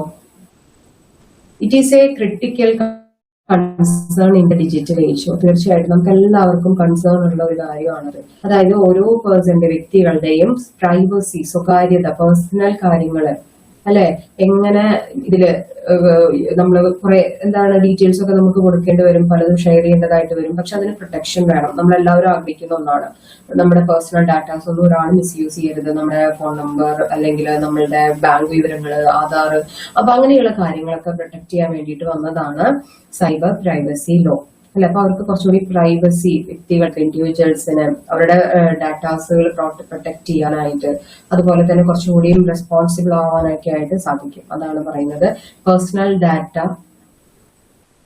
Data protection bill 2019. The comprehensive bill aimed at regulating collection, storage and processing of personal data currently under review. അല്ലെ, പേഴ്സണൽ ഡാറ്റ പ്രൊട്ടക്ഷൻ ബിൽ എന്ന് പറയുന്നത് എന്താ? ഇന്ത്യയിലെ സിറ്റിസൺസിന് അവരുടെ പേഴ്സണൽ ഡാറ്റ എന്താണ് പ്രൊട്ടക്ട് ചെയ്യാനായിട്ട് വേണ്ടി അവതരിപ്പിച്ച ഒരു ബില്ലാണ് 2019. ഏത്? Personal data protection bill. അപ്പൊ അതെങ്ങനെ കളക്ട് ചെയ്യണം, എങ്ങനെ സ്റ്റോർ ചെയ്യണം അല്ലെ, അതിന് എന്തൊക്കെ സമ്മതം വേണം, കാര്യങ്ങളൊക്കെ ഇല്ല, അതാണ്. Then information technology rules 2000. അതായത് നമ്മൾ പേഴ്സണൽ ഡാറ്റാസ് ഒക്കെ എങ്ങനെ ഉപയോഗിക്കണം, എങ്ങനെ അത് പ്രൊട്ടക്ട് ചെയ്യണം എന്നുള്ളതിനെയൊക്കെ കുറിച്ചിട്ടുള്ള കാര്യങ്ങളാണ് എന്തിൽ പറയുന്നത്, IT റൂൾസ് പറയുന്നത്. ഇതൊക്കെ എന്താണ് പറയുന്നത്? ഇ കൊമേഴ്സ് റെഗുലേഷൻസ് ആണ്. നമുക്ക് ഇ കൊമേഴ്സ് വേണം, ഇ കൊമേഴ്സ് ട്രാൻസാക്ഷൻസ് ഒക്കെ ചെയ്യണം. പക്ഷെ അത് എത്രത്തോളം അല്ലെ, അത് എത്രത്തോളം സേഫ് ആയിട്ട് അല്ലെ, എത്രത്തോളം നമുക്ക് പ്രൈവസി മെയിൻറ്റെയിൻ ചെയ്തുകൊണ്ട് കൺസ്യൂമേഴ്സിന്റെ ഇൻട്രസ്റ്റ് പ്രൊട്ടക്ട് ചെയ്തുകൊണ്ട് എത്രത്തോളം അത് നല്ല രീതിയിൽ മുന്നോട്ട് കൊണ്ടുപോകാം എന്നുള്ളതാണ് എന്തിലൂടെ ഉദ്ദേശിക്കുന്നത്, ഇ കൊമേഴ്സ് റെഗുലേഷൻസിലൂടെ. അപ്പൊ രണ്ട് മെയിൻ ടോപ്പിക്കുകളാണ് നമ്മൾ ഇന്നിവിടെ ഡിസ്കസ് ചെയ്തത്. രണ്ടിൽ നിന്നും ചോദ്യങ്ങൾ വരാവുന്ന ഒരു മേഖലയാണ് കമ്പനീസ് ആക്ട് 2013. അപ്പൊ കമ്പനീസ് ആക്ട് 2013 എവിടെയൊക്കെയാണ് അത് അപ്ലൈ ചെയ്യാൻ പറ്റുന്നത്, എന്തൊക്കെയാണ് അതിന്റെ ബേസിക് പ്രൊവിഷൻസ് നമ്മൾ പറഞ്ഞു കഴിഞ്ഞു. അതുപോലെ തന്നെ എന്താണ് ഇ-കൊമേഴ്സ് എന്താണ് ഇ-കൊമേഴ്സ് ട്രാൻസാക്ഷൻസുകളെ എങ്ങനെ സേഫ് ആക്കിയിട്ട് നമുക്ക് മുന്നോട്ട് കൊണ്ടുപോകാം.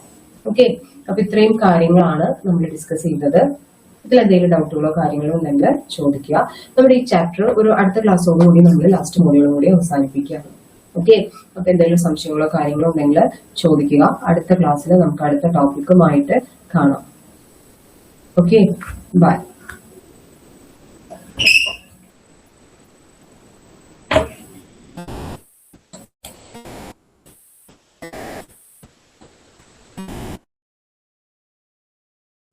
ഇനി നമുക്കതിലെ ലാസ്റ്റ് ടോപ്പിക് നോക്കാം, നെഗോഷ്യബിൾ ഇൻസ്ട്രുമെന്റ്സ് ആക്ട്. ഓക്കെ, എന്താണ് നെഗോഷ്യബിൾ ഇൻസ്ട്രുമെന്റ് ആക്ട്, അതിനെക്കുറിച്ച് പറയുന്നത്. അതിൽ മെയിൻ ആയിട്ട് ഒരുപാട് ഡീറ്റെയിൽ ആയിട്ട് നമ്മൾ പോകുന്നില്ല. അതിൽ മെയിൻ ആയിട്ടുള്ള കാര്യങ്ങൾ ഡിസ്കസ് ചെയ്തുകൊണ്ട് നമ്മൾ അവസാനിപ്പിക്കുകയാണ്. നമ്മളുടെ മോഡ്യൂൾസൊക്കെ ഏകദേശം എല്ലാതും കഴിഞ്ഞു. നമുക്ക് ഇനി ഒരു മോഡ്യൂൾ കൂടിയും ഡിസ്കസ് ചെയ്യാനുണ്ട്. ആക്ച്വലി ഒരു 5th മോഡ്യൂൾ, ഡയറക്റ്റ് ടാക്സ് എന്ന് പറഞ്ഞിട്ട്. അത് നമ്മൾ module wise topic wise discuss ചെയ്യുന്നില്ല. അതിൽ മെയിൻ ആയിട്ടുള്ള ഇമ്പോർട്ടന്റ് ആയിട്ടുള്ള ക്വസ്റ്റ്യൻസുകളാണ് ഡിസ്കസ് ചെയ്യുന്നത്. അപ്പൊ ഈ മോഡ്യൂള് കഴിഞ്ഞു കഴിഞ്ഞാൽ നമ്മൾ നേരെ അതിലേക്ക് പോകും. അതിൽ ക്വസ്റ്റ്യൻ ആൻസേഴ്സ് ടാക്സിന്റെ ഭാഗത്ത് നിന്ന് ഫുൾ വരുന്ന ക്വസ്റ്റ്യൻസുകളാണ് നമ്മൾ ഡിസ്കസ് ചെയ്യുക. ഓക്കെ, അപ്പൊ ഇന്നത്തെ ക്ലാസ്സിലോട്ട് നമുക്ക് കിടക്കാം, നെഗോഷ്യബിൾ ഇൻസ്ട്രുമെന്റ് ആക്ട്. അപ്പൊ അതിൽ ആദ്യം തന്നെ നമുക്ക് പറയേണ്ടത് എന്താണെന്ന് വെച്ച് കഴിഞ്ഞാല്, എന്താണ് നെഗോഷ്യബിൾ ഇൻസ്ട്രുമെന്റ്, അതുപോലെ തന്നെ എന്താണ് നെഗോഷ്യബിൾ ഇൻസ്ട്രുമെന്റ് ആക്ട്. ഈ രണ്ട് കാര്യങ്ങളാണ് നമുക്ക് ആദ്യം അറിയേണ്ടത്. നെഗോഷ്യബിൾ ഇൻസ്ട്രുമെന്റ് എന്താ എന്ന് അറിയണം, അതുപോലെ തന്നെ നെഗോഷ്യബിൾ ഇൻസ്ട്രുമെന്റ് ആക്ട് എന്താന്ന് അറിയണം.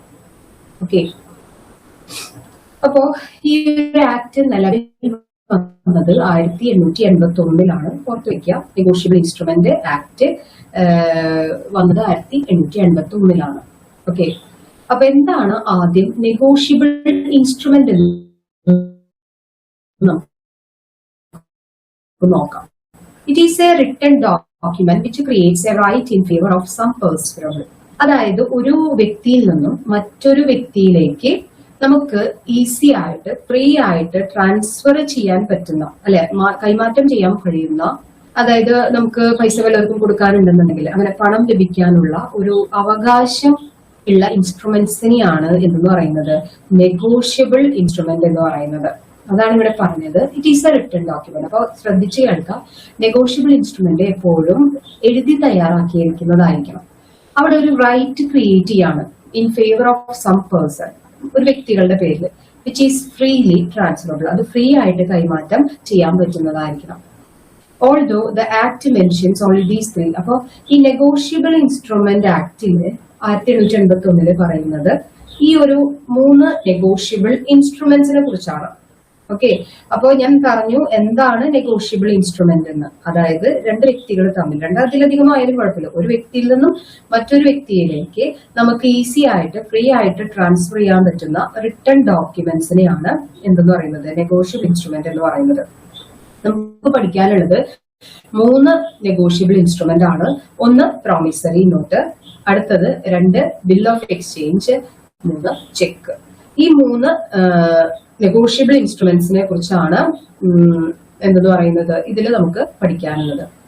It does not exclude the possibility of adding any other instrument which satisfy the following 2 conditions of negotiability. അപ്പൊ നമുക്ക് നോക്കാം എന്തൊക്കെയാണ് ഇതിന്റെ കണ്ടീഷൻസ്. എന്നാലേ നമുക്കത് നെഗോഷ്യബിൾ ഇൻസ്ട്രുമെന്റ് ഗണത്തിലെ പെടുത്താൻ പറ്റുള്ളൂ.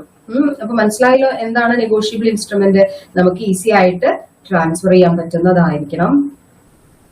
പിന്നെന്താണ്, അതൊരു എന്താ പറയാ, നമുക്ക് പണം കൊടുക്കാനുള്ള അല്ലെങ്കിൽ കിട്ടാനുള്ള ഒരു റിട്ടൺ ഡോക്യുമെന്റ് ആണ് ഈ നെഗോഷ്യബിൾ ഇൻസ്ട്രുമെന്റ് എന്ന് പറയുന്നത്.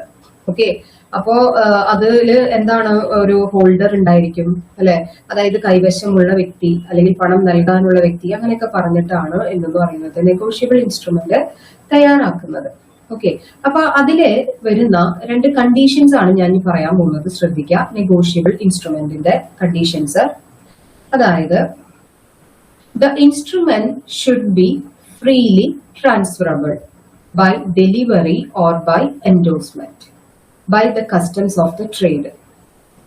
കണ്ടോ, ഞാൻ പറഞ്ഞു ഇൻസ്ട്രുമെന്റ് എങ്ങനെയായിരിക്കണം, ഫ്രീ ആയിട്ട് ഈ പറയുന്ന ചെക്കോ പ്രോമിസറി നോട്ടോ ബിൽ ഓഫ് എക്സ്ചേഞ്ചോ നമുക്ക് എളുപ്പത്തിൽ ഒരാളിൽ നിന്ന് മറ്റൊരാളിലേക്ക് കൈമാറ്റം ചെയ്യാൻ പറ്റുന്നതായിരിക്കണം. അതൊന്നല്ലെങ്കിൽ ബൈ ഡെലിവറി എന്ന് പറഞ്ഞാൽ കൈമാറാം. ഇപ്പൊ എന്റെ കയ്യിലാണ് രേഖ, ഒരു ഡോക്യുമെന്റ് എന്റെ കയ്യിലാണുള്ളത്, അത് ഞാൻ മറ്റൊരാൾക്ക് കൊടുക്കുകയാണ്. അപ്പൊ അതിനോടൊപ്പം തന്നെ അതിന്റെ ഓണർഷിപ്പും എന്തെന്ന് പറയുന്നു കൊടുക്കുകയാണ്. അല്ലെങ്കിൽ ബൈ എൻഡോഴ്സ്മെന്റ് അല്ലെങ്കിൽ ബൈ ഡെലിവറി, അതായത് ഞാൻ ഒപ്പിട്ട് എൻഡോഴ്സ് ചെയ്യുക എന്ന് പറഞ്ഞാൽ ഒപ്പിടാം, അങ്ങനെ കൊടുക്കുന്നതായിരിക്കാം. അപ്പൊ അതാണ് ഒന്നാമത്തെ കണ്ടീഷൻ ആയിട്ട് പറയുന്നത് ഏതിന്റെ, നെഗോഷ്യബിൾ ഇൻസ്ട്രുമെന്റിന്റെ. ഇനി രണ്ടാമത്തെ കണ്ടീഷൻ എന്ന് പറയുന്നത് the person who obtains it in good faith and for value should get it from all defence and be entitled to recover the money of the instrument in his own name. അങ്ങനെ പറഞ്ഞ എന്താണ് ഉദ്ദേശിക്കുന്നത്, അതായത് അത് കിട്ടുന്ന ആള്, അതായത് നമ്മളത് സ്വീകരിക്കുമ്പോൾ ഞാനൊരു ഇൻസ്ട്രുമെന്റ് വേറൊരാൾക്ക് കൈമാറാണെങ്കിൽ അത് നല്ലൊരു ഗുഡ് ഫെയ്ത്തിലാണ് അത് കൈമാറുന്നതെങ്കിൽ അത് കൈവശം വെക്കുന്ന വ്യക്തിക്ക് അതിനു മുൻപ് എന്തൊക്കെ ഡിഫക്ട്സുകൾ ആ ഹോൾ ഡോക്യുമെന്റിന് ഉണ്ട് എന്നുള്ളതില്ല. അത് ആരാണ് ഇപ്പൊ കൈവശം വെക്കുന്നത് അയാൾക്ക് അതിന് മുമ്പുള്ള ഡിഫക്ട്സ് ഒന്നും ബാധകമല്ല. അയാളുടെ സ്വന്തം പേരില് അത് എടുക്കാനായിട്ടുള്ള അവകാശം അദ്ദേഹത്തിനുണ്ട്. ഓക്കെ, അപ്പൊ അതാണ് അതിന്റെ കണ്ടീഷൻസ് പറയുന്നത്. ഓക്കെ, അപ്പൊ ഇതാണ് രണ്ട് കണ്ടീഷൻസ് ഓർത്ത് വയ്ക്കുക. അപ്പൊ എന്താണ് നെഗോഷ്യബിൾ ഇൻസ്ട്രുമെന്റ് എന്ന് പറഞ്ഞു, അതൊരു റിട്ടൺ ഡോക്യുമെന്റ് ആണ്. ഫ്രീലി ട്രാൻസ്ഫർ ചെയ്യാൻ പറ്റുന്ന, പണം നൽകാനോ അല്ലെങ്കിൽ കൈമാറ്റം ചെയ്യാനോ അവകാശപ്പെടുന്ന ഒരു രേഖയാണ് ഈ നെഗോഷ്യബിൾ ഇൻസ്ട്രുമെന്റ്. അപ്പൊ ഈ നെഗോഷ്യബിൾ ഇൻസ്ട്രുമെന്റ് ആക്ട് 1881 ഈ 3 രേഖകളെ കുറിച്ചാണ് പറയുന്നത്. മെയിനായിട്ട് പ്രോമിസറി നോട്ട് അതെങ്ങനെയാണ്, അതെന്താണ്, അതെങ്ങനെ കൈവശം വയ്ക്കണം, അതിന്റെ കാര്യങ്ങളൊക്കെ, ബിൽ ഓഫ് എക്സ്ചേഞ്ച് എന്താണ്, അതിന്റെ ഫീച്ചേഴ്സ് എന്താണ്, അതെങ്ങനെ കൈമാറ്റം ചെയ്യണം, ചെക്ക് എന്താണ് എന്നുള്ള കാര്യങ്ങളൊക്കെയാണ് ഈ നെഗോഷ്യബിൾ ഇൻസ്ട്രുമെന്റ് ആക്ടില് മെയിനായിട്ട് പറയുന്നത്. ഓക്കെ, ഇനി നമുക്ക് ഇതിൽ ഓരോന്നും എന്തൊക്കെയാണ് നോക്കാം. Negotiable instrument act 1881. ഞാൻ നിങ്ങളോട് പറഞ്ഞു എന്താണ് നെഗോഷ്യബിൾ ഇൻസ്ട്രുമെന്റ് എന്നുള്ളത് ഞാൻ പറഞ്ഞു. അപ്പൊ അതിൽ ഞാൻ പറഞ്ഞു എന്താണ് നെഗോഷ്യബിൾ ഇൻസ്ട്രുമെന്റ് ആക്ട്. 1881 ഈ ആക്ട് നിലവിൽ വന്നത്. അതായത് ഇങ്ങനെ പറയുന്ന 3 note, bill of exchange, cheque, കണ്ട ഓരോ സെക്ഷൻസ് തന്നിരിക്കുന്നുണ്ടോ, ആ ആക്ടിൽ പറഞ്ഞിരിക്കുന്ന ഓരോ സെക്ഷൻ അതിനെ കുറിച്ചാണ്. എന്നിവ എങ്ങനെ ക്രിയേറ്റ് ചെയ്യണം, ഈ promissory not, bill of exchange, check, അത് എങ്ങനെ ട്രാൻസ്ഫർ ചെയ്യണം, അതുപോലെ തന്നെ അതിന്റെ റെക്കഗ്നീഷൻ, അതുപോലെ തന്നെ അതിലെങ്ങനെ പണം കൈമാറണം, അതിനൊക്കെ നിയന്ത്രിക്കുന്ന ഒരു ആക്ട് ആണ് നെഗോഷ്യബിൾ ഇൻസ്ട്രുമെന്റ് ആക്ട്. ഓക്കെ, കണ്ടോ, promissory note, bill of exchange, check, ഇത് ഓരോന്നും നമ്മൾ ഡീറ്റെയിൽ ആയിട്ട് പഠിക്കും. ക്ലിയർ ആയല്ലോ. അപ്പോ ഇത് എങ്ങനെ, അതായത് ഒരു എന്താ പറയാ, ഇതൊക്കെ എന്തിനാണ് ഇങ്ങനെ ചെയ്യുന്നത്, നമ്മളൊരു ട്രേഡ് ചെയ്യുമ്പോൾ അല്ലെ വ്യാപാരങ്ങളൊക്കെ ചെയ്യുമ്പോൾ ആ ട്രാൻസാക്ഷൻസ് ഒക്കെ കുറച്ചും കൂടി ഈസി ആയിട്ട് ചെയ്യാൻ വേണ്ടിയിട്ടാണ് ഇങ്ങനെയുള്ള നിയമങ്ങളൊക്കെ കൊണ്ടുവരുന്നത്. കാരണം നമുക്ക് ചെക്ക് ഉപയോഗിക്കേണ്ടി വരും, ബിൽ ഓഫ് എക്സ്ചേഞ്ച് ഉപയോഗിക്കേണ്ടി വരും, ഇങ്ങനെയുള്ള പ്രോമിസറി നോട്ടുകൾ, അതിനൊക്കെ ഒരു ലീഗൽ റെക്കഗ്നീഷൻ വേണം, നിയമപരമായിട്ടുള്ള ഒരു അംഗീകാരം. അപ്പൊ അതിനൊക്കെ വേണ്ടിയിട്ടാണ് ഈ ആക്ട് പാസ്സാക്കിയിരിക്കുന്നത്. അപ്പൊ അതില് എന്താണ് പ്രത്യേകത, ഈ ആക്ടിൽ മെയിൻ ആയിട്ട് കൊടുക്കുന്നത് ഈ ഹോൾഡർ, ഇങ്ങനെയുള്ള ഓരോ ഇൻസ്ട്രുമെന്റ്സ് ഹോൾഡ് ചെയ്യുന്നവർക്കുള്ള ഒരു പ്രൊട്ടക്ഷൻ കൂടിയാണ് ഈ ആക്ട്. അതുപോലെ തന്നെ ഒരു ചെക്കോ കാര്യങ്ങളൊക്കെ ഡിസോണർ ആവുകയാണെങ്കിൽ അല്ലെ മടങ്ങൊക്കെ ആണെങ്കിൽ അതിനൊക്കെയുള്ള സംരക്ഷണങ്ങൾ, അതിനെ സംബന്ധിച്ച കാര്യങ്ങളൊക്കെയാണ് ഈ നെഗോഷ്യബിൾ ഇൻസ്ട്രുമെന്റില് പറയുന്നത്, ആക്ടില് പറയുന്നത്. ഓക്കെ, ക്ലിയർ ആണല്ലോ. ഇനി നമുക്ക് ഇത് ഓരോന്നും ഡീറ്റെയിൽ ആയിട്ട് നോക്കാം.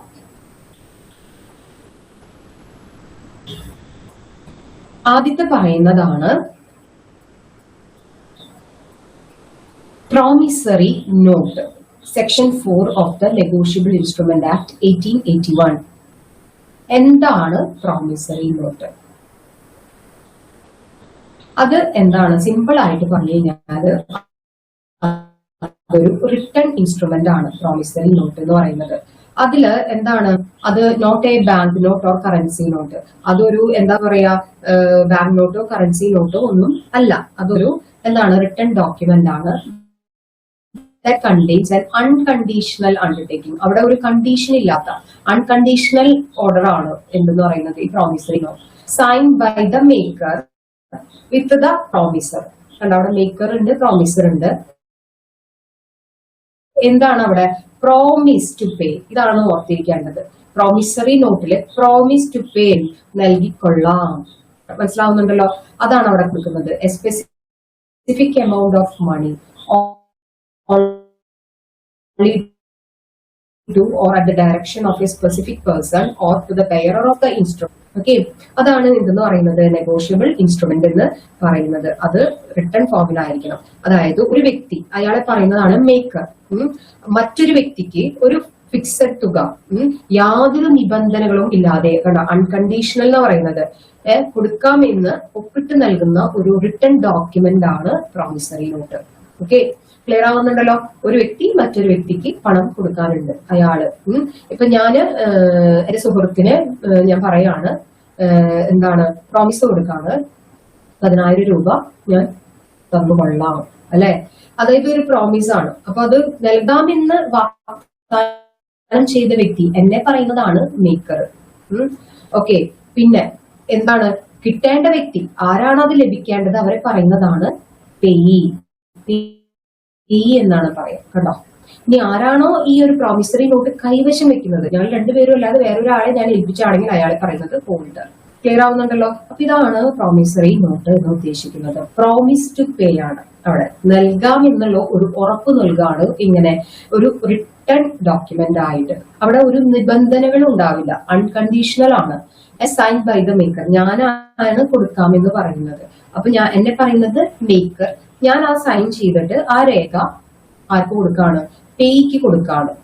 അപ്പൊ അയാള് എന്താണ്? Specific person. കണ്ട, അതാണ് ആ specific person to the bearer of the instrument. കണ്ട, ആർക്കാണോ ബെയർ എന്നുള്ളത് കൈവശം വെക്കുന്ന ആള്, അതാണ് ഉദ്ദേശിക്കുന്നത്. Regardless of whether it is negotiable or not, an instrument that complies with the definition in section 4 of Negotiable Instrument Act 1881 must be regarded as promissory note. അപ്പൊ അങ്ങനെയുള്ളതിനെയാണ് ഈ നെഗോഷ്യബിൾ ഇൻസ്ട്രുമെന്റ് ആക്ട് പ്രകാരം പ്രോമിസറി നോട്ട് എന്ന് പറയുന്നത്. Clear? ഇനി അതിന് 3 വ്യക്തികൾ ഓർത്ത് വെക്കുക. പ്രോമിസറി നോട്ടില് 3 വ്യക്തികളുണ്ട്. മേക്കർ ഓഫ് ദി ഇൻസ്ട്രുമെന്റ്, ആരാണ് പ്രോമിസ് കൊടുക്കുന്നത്, വാഗ്ദാനം നൽകുന്ന വ്യക്തിയാണ് എന്തെന്ന് പറയുന്നത് മേക്കർ. പേയ് എന്ന് പറഞ്ഞാൽ ആർക്കാണ്? to whom the promissory note is paid. ആർക്കാണോ നമ്മൾ കൊടുക്കുന്നത് അത് കിട്ടേണ്ട വ്യക്തിനെയാണ് പേ എന്ന് പറയുക. ഹോൾഡർ ഓഫ് ദി ഇൻസ്ട്രുമെന്റ് എന്ന് പറയുന്നത് ഇത് രണ്ടുപേരും അല്ലാതെ വേറൊരാളെ ഞാൻ ഈ നോട്ട് ഏൽപ്പിച്ചിട്ടുണ്ടെങ്കിൽ അയാളെ പറയുന്നതാണ് holder of the instrument. Okay,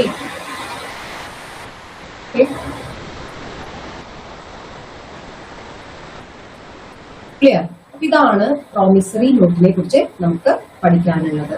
clear ആയല്ലോ? അപ്പൊ ഒന്നുകൂടി സിമ്പിൾ ആയിട്ട് പറയാം. അതായത് ഒരു വ്യക്തി മറ്റൊരാൾക്ക് ഒരു ഫിക്സഡ് തുക നൽകാമെന്ന് ഒപ്പിട്ട് നൽകുന്ന ഒരു ലീഗൽ ആയിട്ടുള്ള ഒരു പ്രോമിസ് ആണ്. ഒരു പ്രോമിസറി എന്താ പറയാ, ഇതാണ് എന്തെന്ന് പറയുന്നത് പ്രോമിസറി നോട്ട്. അവിടെ ഒരു ലീഗൽ റെഗുലേഷൻ അതിനുണ്ട്. ക്ലിയർ ആണല്ലോ? അപ്പൊ അതിന്റെ പ്രത്യേകതകളൊക്കെ മനസ്സിലായില്ലേ? അവിടെ മേക്കർ ഉണ്ട്, പേ ഉണ്ട്, ഹോൾഡർ ഉണ്ട്. അവിടെ വേറെ കണ്ടീഷൻസ് ഒന്നുമില്ല. ക്യാഷ് കൊടുക്കാം എന്നുള്ളൊരു കണ്ടീഷൻസ് ആണ് അവിടെ മെയിൻ ആയിട്ട് പറയുന്നത്. ഒരു certain sum of money. Okay, ഇനി അടുത്തതിലേക്ക് നമുക്ക് കടക്കാം. Bill of exchange.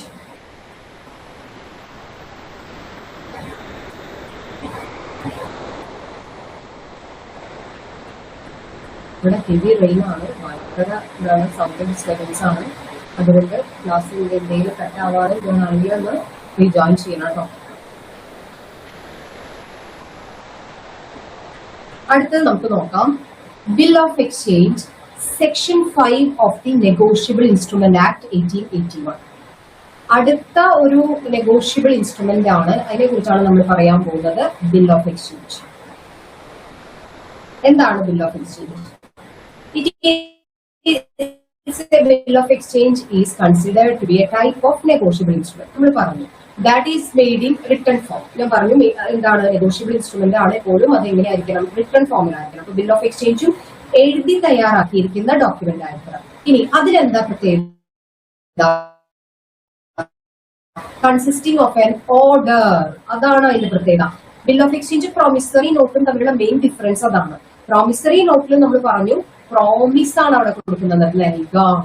പക്ഷെ ഇവിടെ എന്താണ്? ബിൽ ഓഫ് എക്സ്ചേഞ്ചിൽ ഓർഡർ ആണ്, കൊടുക്കണം, നൽകണം. അതാണ് അത് തമ്മിലുള്ള വ്യത്യാസം. ഓർഡറും പ്രോമിസും ആണ് അവിടെ. ഓക്കെ, ഇവിടെ ഓർഡറും പ്രോമിസറിയിൽ പ്രോമിസും ആണ്. Which is unconditional. ഇവിടെയും എന്താണ്? ഒരു അൺകണ്ടീഷണൽ ആണ്, നിബന്ധനകൾ ഇല്ല. Sign by the maker of that instrument. Okay, ആരാണോ ആ ഇൻസ്ട്രുമെന്റ് എഴുതി തയ്യാറാക്കുന്നത് അയാളത് ഒപ്പിടണം. And direct a particular person to pay a certain amount of money only to or to the order of a certain person or to any bearer of that instrument. ഈ instrument കൈവശം വെക്കുന്ന ആൾക്ക് ഇത്രയും തുക കൊടുത്തുകൊള്ളണം എന്നുള്ളൊരു ഓർഡർ ആണ് അവിടെ bill of exchange. അതാണ് പറയുന്നത്. ഒന്നല്ലെങ്കിൽ ബെയറർ ഓഫ് ദി ഇൻസ്ട്രുമെന്റ്, അല്ലെങ്കിൽ ആ അതിൽ പറഞ്ഞിരിക്കുന്ന വ്യക്തി ആരാണോ അയാൾക്ക് കൊടുത്തിരിക്കണം. അങ്ങനെ എഴുതി തയ്യാറാക്കുന്ന ഒരു റിട്ടൺ ഡോക്യുമെന്റ് ആണ് bill of exchange. Okay, clear ആണല്ലോ? ഒന്നുകൂടി പറയാം. ഒരു വ്യക്തി മറ്റൊരു വ്യക്തിയോട് ഒരു നിശ്ചിത എമൗണ്ട്, ഒരു സർട്ടൻ സം ഓഫ് മണി മൂന്നാമതൊരു വ്യക്തിക്ക് കൊടുക്കണം എന്നുള്ള ഒരു ഓർഡർ ആണ് എന്തെന്ന് പറയുന്നത് ബിൽ ഓഫ് എക്സ്ചേഞ്ച്. ഓക്കെ, അപ്പൊ അവിടെ പ്രത്യേകത ഇത് റിട്ടേൺ ഫോമിലായിരിക്കണം, പ്രോമിസറി നോട്ട് പോലെ തന്നെ. പക്ഷെ അവിടെ എന്താണ്, അൺകണ്ടീഷണൽ ആയിരിക്കണം, യാതൊരു കണ്ടീഷനോ നിബന്ധനകളോ പാടില്ല. പിന്നെ എന്താണ്, ഇത് എഴുതി തയ്യാറാക്കുന്ന ആള്, അയാളെ പറയുന്നതാണ് എന്ത്, ഡ്രോവർ. കണ്ടോ? അതായത് ഈ ബില്ല് തയ്യാറാക്കി പണം നൽകാൻ ഓർഡർ ഇടുന്ന വ്യക്തിനെയാണ് ഡ്രോവർ എന്ന് പറയുന്നത്. ഡ്രോയി എന്ന് പറഞ്ഞു കഴിഞ്ഞാല് ആരാണ്, ആരോടാണോ പണം നൽകാനായിട്ട് ആവശ്യപ്പെടുന്നത് അത്. പേയി എന്ന് പറയുന്നത് ആർക്കാണോ പണം ലഭിക്കേണ്ടത്. ഓക്കെ, അതാണ് എന്തെന്ന് പറയുന്നത് ബിൽ ഓഫ് എക്സ്ചേഞ്ച്. അപ്പൊ ഒന്നുകൂടി ശ്രദ്ധിക്കാം. ഇപ്പൊ ഇവിടെ ജസ്റ്റ് ഒരു എക്സാമ്പിൾ പറയുകയാണെങ്കിൽ ബിൽ ഓഫ് എക്സ്ചേഞ്ച്, ഇപ്പൊ ഞാന് എന്താണ്, ഇന്നൊരാൾക്ക് ഇത്ര രൂപ കൊടുക്കാനുണ്ട്. അപ്പൊ ഞാൻ ആ കൊടുക്കാനുള്ള തുക എത്ര രൂപയാണ്, 10,000 രൂപ എന്ന് വിചാരിക്കാം. ഞാൻ വേറൊരു വ്യക്തിക്ക് കൊടുക്കാനുണ്ട്. ഓക്കെ, 10,000 രൂപ ഞാൻ കൊടുക്കാനുണ്ട്. അപ്പൊ ഞാൻ പറയാണ് ഈ ഒരു 3 മാസം കഴിയുമ്പോഴേക്കും ഞാൻ ആ പൈസ തന്നോളാം. അപ്പൊ ഞാൻ ആ ഒരു ഇത് എന്താ ചെയ്യുന്നത്, ഓർഡർ ഇടാണ്. അപ്പൊ ഞാൻ അതിൽ സൈൻ ചെയ്ത് ഒരു ബില്ല് തയ്യാറാക്കി എത്ര രൂപയാണോ ഞാൻ കൊടുക്കാനുള്ളത് അതൊക്കെ എഴുതി, ആർക്കാണോ കൊടുക്കാനുള്ളത് അതൊക്കെ എഴുതിയിട്ട് ആരെ ഏൽപ്പിക്കുകയാണ്, വേറൊരു വ്യക്തിനെ ഏൽപ്പിക്കുകയാണെങ്കിൽ ആ വ്യക്തി എന്ത് ചെയ്യണം, ആ പറയുന്ന ദിവസത്തില് ആ പൈസ മൂന്നാമത്തെ വ്യക്തിക്ക് കൊടുത്തിരിക്കുക. അതായത് ഉണ്ടാക്കുന്നു, ഡ്രോയിയാണ് പണം നൽകേണ്ടത്, എന്താണ്, ആർക്കാണ് കൊടുക്കേണ്ടത്, പേയ്ക്ക്. ക്ലിയർ? ഇതാണ് ബിൽ ഓഫ് എക്സ്ചേഞ്ച്. അപ്പൊ ഇതും എന്താണ് ഉദ്ദേശിക്കുന്നത്, ഒരു എന്താണ് നെഗോഷ്യബിൾ ഇൻസ്ട്രുമെന്റ് ആണ്, റിട്ടേൺ ഫോമിലായിരിക്കണം. ഇവിടെയും 3 വ്യക്തികളുണ്ട്, ഡ്രോവർ, ഡ്രോയി, പേയ്. ഇവിടെ നമ്മൾ പറഞ്ഞു മേക്കർ, പേയ്. മെയിൻ ആയിട്ട് 2 വ്യക്തികളാണ് ഇവിടെ ഉള്ളത്, പേയ് മേക്കറും. പിന്നെ ഹോൾഡർ ഉണ്ടെങ്കിൽ ഹോൾഡറിനെ പറയാം. പക്ഷെ ഇവിടെ എന്താണ്, ഡ്രോവർ ഉണ്ടായിരിക്കണം. ആരാണോ ബില്ല് എഴുതുന്നത്, ആരുടെ പേരിലാണോ ബില്ല് എഴുതുന്നത്, ആർക്കാണോ പൈസ കിട്ടേണ്ടത്, അങ്ങനെ 3 പേരാണ് ബിൽ ഓഫ് എക്സ്ചേഞ്ചിൽ ഉള്ളത്. ക്ലിയർ ആണല്ലോ? ഇനി അടുത്തതിലേക്ക് നമുക്ക് പോവാം. മൂന്നാമത്തെ ഇൻസ്ട്രുമെന്റ് ആണ്, അടുത്ത ഒരു നെഗോഷ്യബിൾ ഇൻസ്ട്രുമെന്റ് ആണ് check. Section 6 of the negotiable instrument act 1881. നമുക്ക് എല്ലാവർക്കും എന്താ പറയാ ഫെമിലിയർ ആയിട്ടുള്ള ഒന്നാണ് ചെക്ക്, അല്ലെ? നമ്മൾ കേട്ടിട്ടുണ്ടാവും ചെക്ക്. ചെക്ക് ഇഷ്യൂ ചെയ്യുന്നത് ബാങ്കുകളാണ്, അവരുടെ കസ്റ്റമേഴ്സിനെ അവർ ഇഷ്യൂ ചെയ്യുന്നതാണ്. ഫണ്ട് ട്രാൻസ്ഫർ ചെയ്യാൻ വേണ്ടിയിട്ടുള്ള എന്താണ് ഒരു ഇൻസ്ട്രുമെന്റ് ആണ് ചെക്ക്. നമുക്ക് എല്ലാവർക്കും അറിയാം എന്താണ് ചെക്ക് എന്നുള്ളത്. Okay, as per section 6 of the negotiable instrument act 1881, cheque is defined as A bill of exchange. അതുപോലെ തന്നെയുള്ള ഒരു നെഗോഷ്യബിൾ, ട്രാൻസ്ഫർ ചെയ്യാൻ പറ്റുന്ന ഒരു ഇൻസ്ട്രുമെന്റ് ആണ് ചെക്ക്. കണ്ടോ? Drone on A specified bank, അല്ലെ? ആരുടെ പേരിൽ എഴുതാൻ നമ്മൾ ചെക്ക് എഴുതുമ്പോ, അല്ലെ? ഒരു ബാങ്കിന്റെ പേരിലാണ്. And not expressed to be payable otherwise than on demand, അല്ലെ? എന്താണ് ഡിമാൻഡ് ഇല്ലാത്ത, അതായത് അത് ഡിമാൻഡ് ചെയ്യാണ്ട് നമുക്ക് ആ പൈസ കൊടുക്കാനായിട്ട് പാടില്ല. It includes the electronic image of truncated check and check in the electronic form. Check നമുക്ക് now it's available in an electronic form. അല്ലെ? പണ്ടത്തെ പോലെ ഒന്നല്ല, അല്ലെ? ഇപ്പൊ അഡ്വാൻസ്ഡ് ആണ്. ഓക്കെ, അപ്പൊ അതാണ് ചെക്ക് എന്ന് പറയുന്നത്, അറിയാലോ. അപ്പൊ ഒരു സ്പെഷ്യൽ ബാങ്ക്, സ്പെസിഫൈഡ് ബാങ്കിന്റെ മേലിൽ വെച്ചിരിക്കുന്ന, ആവശ്യപ്പെടുമ്പോൾ മാത്രം, ഡിമാൻഡ് വെക്കുമ്പോൾ മാത്രം പണം നൽകാനായിട്ട് നിർദ്ദേശിക്കുന്ന ഒരു ബിൽ ഓഫ് എക്സ്ചേഞ്ച് ആണ് എന്ന് പറയുന്നത് ചെക്ക്. അപ്പൊ ചെക്കും എന്താണ് പ്രത്യേകത, അത് നെഗോഷ്യബിൾ ഇൻസ്ട്രുമെന്റ് ആണ്, അത് റിട്ടേൺ ഫോമിലായിരിക്കണം. പ്രത്യേകിച്ച് എന്താണ്, ഒരു ബാങ്കിന്റെ പേരിലായിരിക്കുന്നത് തയ്യാറാക്കിയിരിക്കുന്നത്. അത് കൈവശം വെക്കുന്ന ആള് എപ്പോഴാണോ അത് ഡിമാൻഡ് ചെയ്യുന്നത് അപ്പോഴാണ് അത് എന്ത് ചെയ്യേണ്ടത്, കൊടുക്കേണ്ടത്. ഓക്കെ. അപ്പൊ നിശ്ചിത എന്താണ് ചെക്ക് എന്ന് പറയുമ്പോഴും ഒരു നിശ്ചിത തുക ഉണ്ടാവും, അതിലൊരു നിശ്ചിത പീരീഡ് കാലയളവ് കാര്യങ്ങളൊക്കെ ചെക്കിന് ഉണ്ട്. ഓക്കെ. അപ്പൊ അവിടെയും 3 വ്യക്തികളുണ്ട്. ചെക്കിലും എന്താണ് 3 വ്യക്തികളെ കുറിച്ച് പറയുന്നുണ്ട്. ആരൊക്കെയാണ്? ഡ്രോവറും ഡ്രോയും പേയും. ആരൊക്കെയാണ് ഡ്രോവർ, ആരാണ് ഡ്രോയി, ആരാണ് പേയി? ഡ്രോവർ എന്ന് പറഞ്ഞാൽ ആരാണോ ചെക്ക് എഴുതുന്നത്. ഡ്രോയി എന്ന് പറയുന്നത് ഏതാണ്? ബാങ്ക്. ആരാണ് പണം കൊടുക്കേണ്ടത്? ബാങ്ക് ആണല്ലോ. പേയി എന്ന് പറയുന്നത് പണം കിട്ടേണ്ട വ്യക്തി.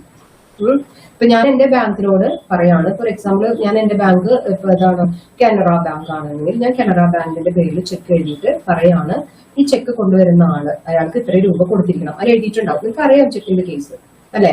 അപ്പൊ എന്റെ ബാങ്കാണ്, ആ ബാങ്കിനോട് ഞാൻ കൊടുക്കുന്ന ഒരു ഇതാണ്, ഞാൻ അതിൽ പറഞ്ഞിരിക്കുന്ന തുക അയാൾക്ക് കൊടുത്തിരിക്കണം. ഓക്കെ. അപ്പൊ അതാണ് ചെക്ക് എന്ന് പറയുന്നത്. അപ്പൊ ചെക്കും ബിൽ ഓഫ് എക്സ്ചേഞ്ചും പ്രൊമിസറി നോട്ടൊക്കെ വ്യത്യാസമുണ്ട്. ചെക്ക് എന്ന് പറയുമ്പോൾ അതൊരു ബാങ്കിന്റെ പേരിലാണ് ഇഷ്യൂ ചെയ്യുക. ഓക്കെ. അതിന്റെ പേരിലാണ് നമ്മൾ എന്ത് ചെയ്യുന്നത്, ചെക്ക് ഇഷ്യൂ ചെയ്യാൻ പറ്റുള്ളൂ. ബിൽ ഓഫ് എക്സ്ചേഞ്ച് അങ്ങനെയല്ല അല്ലെ, നമ്മൾ കണ്ടു. അപ്പൊ അതാണ് ചെക്കും ബിൽ ഓഫ് എക്സ്ചേഞ്ചും തമ്മിലുള്ള ഒരു വ്യത്യാസം. ക്ലിയർ ആണല്ലോ. അപ്പൊ ചെക്കിന് പല രീതികളുണ്ട്. ക്ലോസ്ഡ് ചെക്ക് അല്ലെ, ക്ലോതി അക്കൗണ്ട് വഴിക്ക് നമുക്ക് ചെക്കൊക്കെ ട്രാൻസ്ഫർ ചെയ്യാൻ പറ്റും, അതാണ് ക്ലോസ്ഡ് ചെക്ക്. അതല്ലാതെ നോർമൽ കുറെ ചെക്കുകൾ ഉണ്ട്. അപ്പൊ അതും ഒരു എന്താണ് നെഗോഷ്യബിൾ ഇൻസ്ട്രുമെന്റ് ആണ്. അപ്പൊ ഇത് 3ഉമാണ് എന്തില് വരുന്നത്, നെഗോഷ്യബിൾ ഇൻസ്ട്രുമെന്റ് ആക്ടില് പറയുന്ന കാര്യങ്ങൾ. ഏതൊക്കെയാണ് എന്ന് മനസ്സിലായല്ലോ? Promissory note, bill of exchange, check. Clear? അപ്പോ എന്താണ് നെഗോഷ്യബിൾ ഇൻസ്ട്രുമെന്റ് ആക്ട് 1881 എന്ന് പറയുന്നത്? നെഗോഷ്യബിൾ ഇൻസ്ട്രുമെന്റ്സിനെ കുറിച്ച്, നെഗോഷ്യബിൾ ഇൻസ്ട്രുമെന്റ്സ് എങ്ങനെ എഴുതി തയ്യാറാക്കണം അല്ലെ, അതിനെ എങ്ങനെ നിയമപരമായിട്ടുള്ള ഒരു റെക്കഗ്നീഷൻ കൊണ്ടുവരണം, അതുമായിട്ട് അതിലുള്ള ആളുകളെ എങ്ങനെ പ്രൊട്ടക്ട് ചെയ്യണം എന്നൊക്കെ കൊണ്ടുവന്ന ഒരു ആക്ട് ആണ് നെഗോഷ്യബിൾ ഇൻസ്ട്രുമെന്റ് ആക്ട് എന്ന് പറയുന്നത്. ഓക്കെ. ക്ലിയർ ആയെന്ന് വിചാരിക്കുന്നു. നമുക്ക് അടുത്ത ടോപ്പിക്കിലേക്ക് കിടക്കാം. അടുത്തൊരു ടേം നമുക്ക് അറിയേണ്ടതാണ്, dishonour of negotiable instruments. What is meant by dishonour of negotiable instruments? എന്താണ്, എങ്ങനെയാണ് നമ്മൾ അറിയാലോ ഡിസോണർ ആവാന്ന് കേട്ടിട്ടുണ്ടാവും അല്ലെ. ഡിസോണർ ആവുക എന്ന് പറഞ്ഞു കഴിഞ്ഞാൽ എന്താണ്, അതായത് മടങ്ങുക, അല്ലെങ്കിൽ ഇപ്പൊ ചെക്ക് നമ്മൾ എന്താ പറയാ കൊടുത്തു പക്ഷെ അതിൽ പണം ഇല്ലാതിരിക്കുക, അല്ലെങ്കിൽ അത് കൊടുക്കുന്ന ആൾക്ക് പ്രോമിസറി നോട്ട് നമ്മൾ കൊടുത്തു അയാൾ പണം തരില്ല എന്നൊക്കെ പറയാം. ഓക്കെ. അത് ഇതിലൊക്കെ സംഭവിക്കാം. നെഗോഷ്യബിൾ ഇൻസ്ട്രുമെന്റ്സ് ബിൽ ഓഫ് എക്സ്ചേഞ്ചില് ഡ്രോയി ബില്ല് സ്വീകരിക്കാനായിട്ട്, അതായത് ആക്സെപ്റ്റ് ചെയ്യണം. നമ്മൾ എഴുതിയിട്ട് കാര്യമില്ല, അത് ഡ്രോയെ ആക്സെപ്റ്റ് ചെയ്യണം. ആക്സെപ്റ്റ് ചെയ്യാനായിട്ട് സമ്മതിക്കാതിരിക്കുക, അല്ലെങ്കിൽ പേയ്മെന്റ് ബാങ്ക് പേയ്മെന്റ് നൽകാതിരിക്കാം അല്ലെ. അതായത് നമ്മൾ ചെക്ക് കൊണ്ട് കൊടുത്തു, അപ്പൊ അക്കൗണ്ടില് പൈസ ഇല്ലെങ്കിൽ ചെക്ക് മടങ്ങും. അപ്പൊ അതൊക്കെ എന്താണ് ഡിസോണർ ആവുക എന്ന് പറയുന്നത് അതാണ്. ഓക്കെ. കണ്ടോ, A negotiable instrument may occasionally be dishonored, which means the party responsible for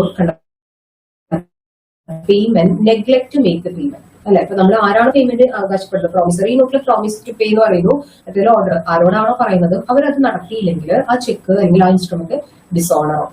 After submitting the proper notice of dishonor, the holder has the right to file a lawsuit for the recovery of the sum. കണ്ടോ, ആരാണോ holder, കൈവശം വെക്കുന്ന ആള്, holder in due course എന്ന് പറയാം. Holder അയാൾ കൊണ്ടുപോയിട്ട് അത് സമർപ്പിച്ചു. അപ്പൊ എനിക്ക് ചെക്ക് തന്നു ഒരാള്, ഞാൻ എനിക്ക് പണം തരാനുള്ള പൈസയാണ് അയാൾ ചെക്കായിട്ട് തന്നത്. ഞാൻ എന്റെ ബാങ്കിൽ കൊണ്ടുപോയിട്ട് പൈസ ചെക്ക് ക്ലിയർ ചെയ്യാൻ കൊടുത്തു. ചെക്ക് ക്ലിയർ ചെയ്തപ്പോ എന്താണ് ബാങ്കിൽ പൈസ ഇല്ല എന്ന് മനസ്സിലായെങ്കിൽ എനിക്ക് എന്ത് ചെയ്യാം, ആ ചെക്ക് ഒരു എവിഡൻസ് ആണ്.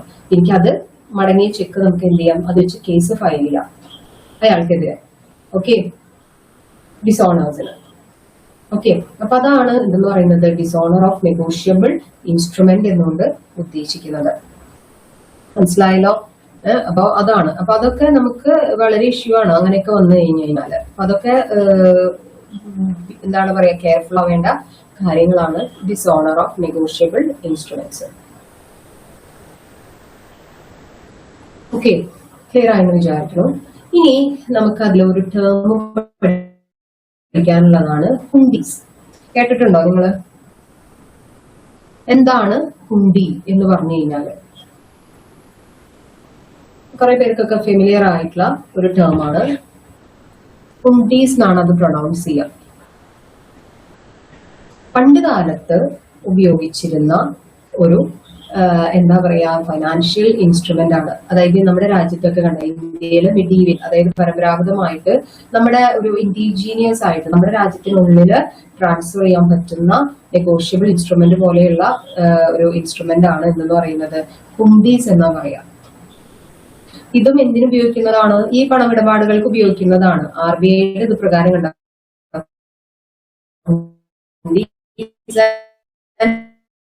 unconditional order in writing made by a person directing another to pay certain sum. തന്നെയാണ് ഇവിടെ ഉദ്ദേശിക്കുന്നത്. ഒരു ഹുണ്ടി എന്നുള്ളത് ഉദ്ദേശിക്കുന്നത് ഒരു വ്യക്തി മറ്റൊരാളോട് ഒരു പെർട്ടിക്കുലർ എമൗണ്ട് തുക ഇത്ര സമയത്തിനുള്ളിൽ കൊടുത്തിരിക്കണം എന്നുള്ള വാഗ്ദാനം ചെയ്യുന്ന ഒരു റിട്ടേൺ ഡോക്യുമെന്റ് ആണ്. നമ്മളുടെ ഇപ്പൊ ബിൽ ഓഫ് എക്സ്ചേഞ്ച് ഒക്കെ പോലെ തന്നെ, ബട്ട് ഇത് എന്താ പറയാ പണ്ട് കാലത്താണ് ഉപയോഗിച്ചിരുന്നത് ഹുണ്ടീസ് എന്ന് പറയുന്നത്. ഓക്കെ, ആ ഒരു ടേം നമ്മുടെ സിലബസിൽ പറഞ്ഞിട്ടുണ്ട്, അതുകൊണ്ടാണ് ഞാൻ ഇവിടെ അത് മെൻഷൻ ചെയ്തത്. എങ്ങാനും ചോദിച്ചു കഴിഞ്ഞാൽ തെറ്റരുത്. എന്താണ് ഹുണ്ടീസിന്റെ പ്രത്യേകത നമുക്ക് നോക്കാം. Hundi is a written unconditional command from one person to another to pay specific sum of money to the person listed in the order. ഞാൻ ഈ പറഞ്ഞു മെയിൻ ആയിട്ട് ഇത് ഉപയോഗിക്കുക ട്രേഡിനൊക്കെയാണ് കേട്ടോ. ഇത് ഉപയോഗിക്കുന്നത് ഒരു സ്ഥലത്ത് നിന്ന് നമുക്ക് ക്യാഷ് ഒക്കെ സേഫ് ആയിട്ട് മറ്റൊരു സ്ഥലത്തേക്കൊക്കെ അയക്കാനൊക്കെ ആയിട്ട് സഹായിക്കുന്ന ഒരു ഫിനാൻഷ്യൽ ഇൻസ്ട്രുമെന്റ് ആണ്.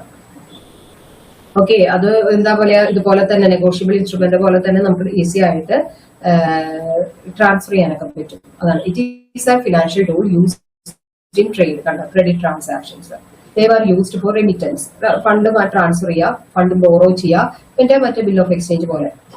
കൊമേഴ്സ് ട്രാൻസാക്ഷൻസ് എന്ന് പറയുന്നത് അതുകൊണ്ടാണ്. ബിൽ ഓഫ് എക്സ്ചേഞ്ച് ഒക്കെ മെയിൻ ആയിട്ട് ട്രേഡ് വ്യാപാരങ്ങളിൽ ഉപയോഗിക്കുക. അപ്പോൾ ഞാൻ ഒരാളുടെ നിന്ന് സാധനങ്ങൾ വാങ്ങിച്ചു, എന്നിട്ട് അയാൾക്ക് പണം കൊടുക്കാനുണ്ട്. അപ്പൊ അയാൾക്ക് ഞാനൊരു ഉറപ്പ് കൊടുക്കുകയാണ്, ഇപ്പൊ ഇതിന്റെ പൈസ ഞാൻ 3 മാസത്തിനുള്ളിൽ തരാം എന്നൊക്കെ പറഞ്ഞിട്ട് ബില്ല് എഴുതി തയ്യാറാക്കി ഞാൻ ഒപ്പിട്ട് കൊടുക്കുകയാണ്. അപ്പൊ അയാൾക്ക് അത് ബിൽ ഓഫ് എക്സ്ചേഞ്ച് അത് കൈവശം വെച്ച് കഴിഞ്ഞ് കഴിഞ്ഞാല് ഞാൻ പൈസ തന്നില്ലെങ്കിൽ അത് ഒരു എവിഡൻസ് ആയിട്ട് മുന്നോട്ട് കൊണ്ടുപോകാം.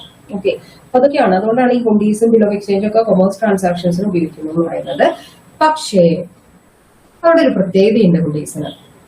നമ്മള് നെഗോഷ്യബിൾ ഇൻസ്ട്രുമെന്റ് എന്ന് പറയുമ്പോ എന്താണ്, അവിടെ ഒരു ലീഗൽ റെക്കഗ്നീഷൻ നെഗോഷ്യബിൾ ഇൻസ്ട്രുമെന്റ്സിനുണ്ട്. പക്ഷെ ഹുണ്ടീസിന് എന്താണ്, ലീഗൽ റെക്കഗ്നീഷൻ ഇല്ല, നോ ലീഗൽ സ്റ്റാറ്റസ്. ശ്രദ്ധിച്ചോളൂട്ടോ. അതുപോലെ തന്നെ അത് it's a part of informal system. Negotiable instrument ആക്ടില് അത് പെടില്ല. ഓക്കെ, അതാണ് അതിന്റെ പ്രത്യേകത. അപ്പൊ അതുകൊണ്ട് അത് പലപ്പോൾ അത്ര പോപ്പുലർ ആയിട്ടൊന്നും ഇപ്പൊ ഉപയോഗിക്കുന്നില്ല. പല രീതിയിലുള്ള ഹുണ്ടീസ് ഉണ്ട്. എന്താ പറയാ, നമ്മുടെ ഒരു പേര് പറഞ്ഞിട്ട് അയാളുടെ വ്യക്തിക്ക് നാം ജോഗ് ഹുണ്ടി, പിന്നെ അതുപോലെ തന്നെ എന്താണ് ദർശാനി ഹുണ്ടി എന്നൊക്കെ പറഞ്ഞിട്ട് കേട്ടിട്ടുണ്ടാവും. നമ്മൾ എപ്പോഴാണ് അത് ഡിമാൻഡ് ചെയ്യുന്നത് അതനുസരിച്ച് പണം കൈമാറുന്ന, അങ്ങനെ പലതരം. അതൊന്നും നമ്മൾ പോകുന്നില്ല. ഞാൻ ആ ടേം ഒന്ന് പറഞ്ഞത് മാത്രം. എന്താണ് ഹുണ്ടീസ്? ഓക്കെ, അപ്പൊ ഇതോട് കൂടിയിട്ട് എന്താണ് നമ്മളുടെ ടോപ്പിക് അവസാനിച്ചു. അതായത് ഇത്രയും കാര്യങ്ങളാണ് നമുക്ക് ഇന്നത്തെ ഈ ക്ലാസ്സിലും നമ്മുടെ സിലബസിലെ ലീഗൽ ഫ്രെയിംവർക്കിലെ മെയിൻ ആയിട്ട് 3 കാര്യങ്ങളാണ് നമ്മൾ പഠിച്ചത്. Indian contract act 1872, the sale of goods act 1930 അല്ലെ, അതിലെന്തൊക്കെയാണ്. പിന്നെ നമ്മൾ ആദ്യത്തിൽ ഓഫർ, അക്സെപ്റ്റൻസ് കാര്യങ്ങൾ, കോൺട്രാക്ടിന്റെ വാലിഡിറ്റി, അതുപോലെ തന്നെ നെഗോഷ്യബിൾ ഇൻസ്ട്രുമെന്റ് ആക്ട്. അപ്പൊ ഈ 3 ആക്ടിനെ കുറിച്ചിട്ടും അതിന്റെ അത്യാവശ്യം പരമാവധി നമ്മൾ ലീഗൽ ഡീറ്റെയിൽസ് ഒക്കെ ഇതിൽ കവർ ചെയ്തിട്ടുണ്ട്. ഓക്കെ, അതോടുകൂടിയിട്ട് നമ്മളുടെ 10th മോഡ്യൂൾ അവസാനിക്കുകയാണ്. ഇനി നമുക്ക് ഇതിലൊരു കുറച്ച് ക്വസ്റ്റ്യൻസുകൾ കൂടി നോക്കിയിട്ട് എന്താണ് നമുക്ക് അവസാനിപ്പിക്കാം. ഓക്കെ,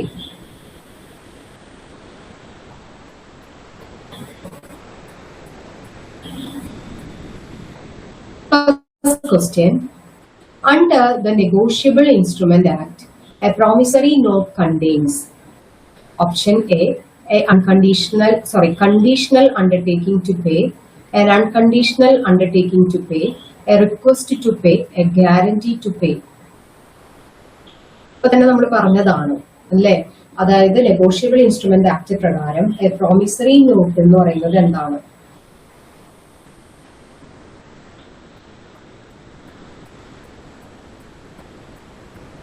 എന്താണ്? The right answer is option A അല്ലെ, an unconditional undertaking to pay ആണ്. അതായത് നമ്മൾ അക്കോർഡിംഗ് ടു സെക്ഷൻ 4 ഇപ്പൊ തന്നെ പറഞ്ഞു അല്ലെ, നെഗോഷ്യബിൾ ആക്ട് 1918 പ്രകാരം ഇതില് ഒരു നിബന്ധനകളില്ലാത്ത ഒരു പ്രോമിസ് ആണ് കൊടുക്കുന്നത്. പ്രോമിസ് ടു പേ ആണ് ഇത്ര എമൗണ്ട്. അവിടെ എന്താണ്, അവിടെ റിക്വസ്റ്റോ അല്ലെങ്കിൽ ഗ്യാരണ്ടിയോ ഒന്നുമല്ല. നമ്മള് എന്താ പറയാ, അൺകണ്ടീഷണൽ ആയിട്ടുള്ള ഒരു പ്രോമിസ് ആണ് അവിടെ കൊടുക്കുന്നത്. Clear? Okay,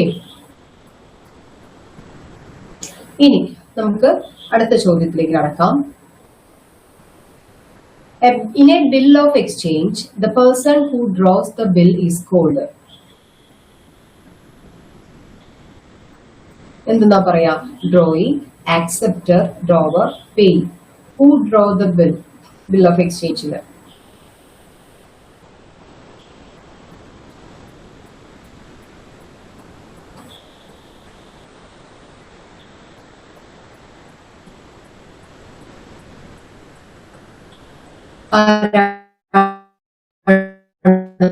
The option is option C. അല്ലെ, ഡ്രോവർ ആണ് അല്ലെ, അയാളാണ്. ആരാണോ ബില്ല് പ്രിപ്പയർ ചെയ്യുന്നത് അവരെയാണ് എന്തെന്ന് പറയുന്നത് ബിൽ ഓഫ് എക്സ്ചേഞ്ചില് എന്തെന്ന് പറയുന്നത് ഡ്രോവർ എന്ന് പറയുന്നത്. ഓക്കെ, അപ്പൊ അതിൽ വേറെ ടേംസ് നമ്മൾ കണ്ടു. ഡ്രോയി എന്ന് പറയുമ്പോൾ the person directed to make the payment. ഇപ്പൊ ബാങ്ക് ഒക്കെ ആണെങ്കിൽ ബാങ്ക്. പേ എന്ന് പറയുന്നത് the person who receives the payment.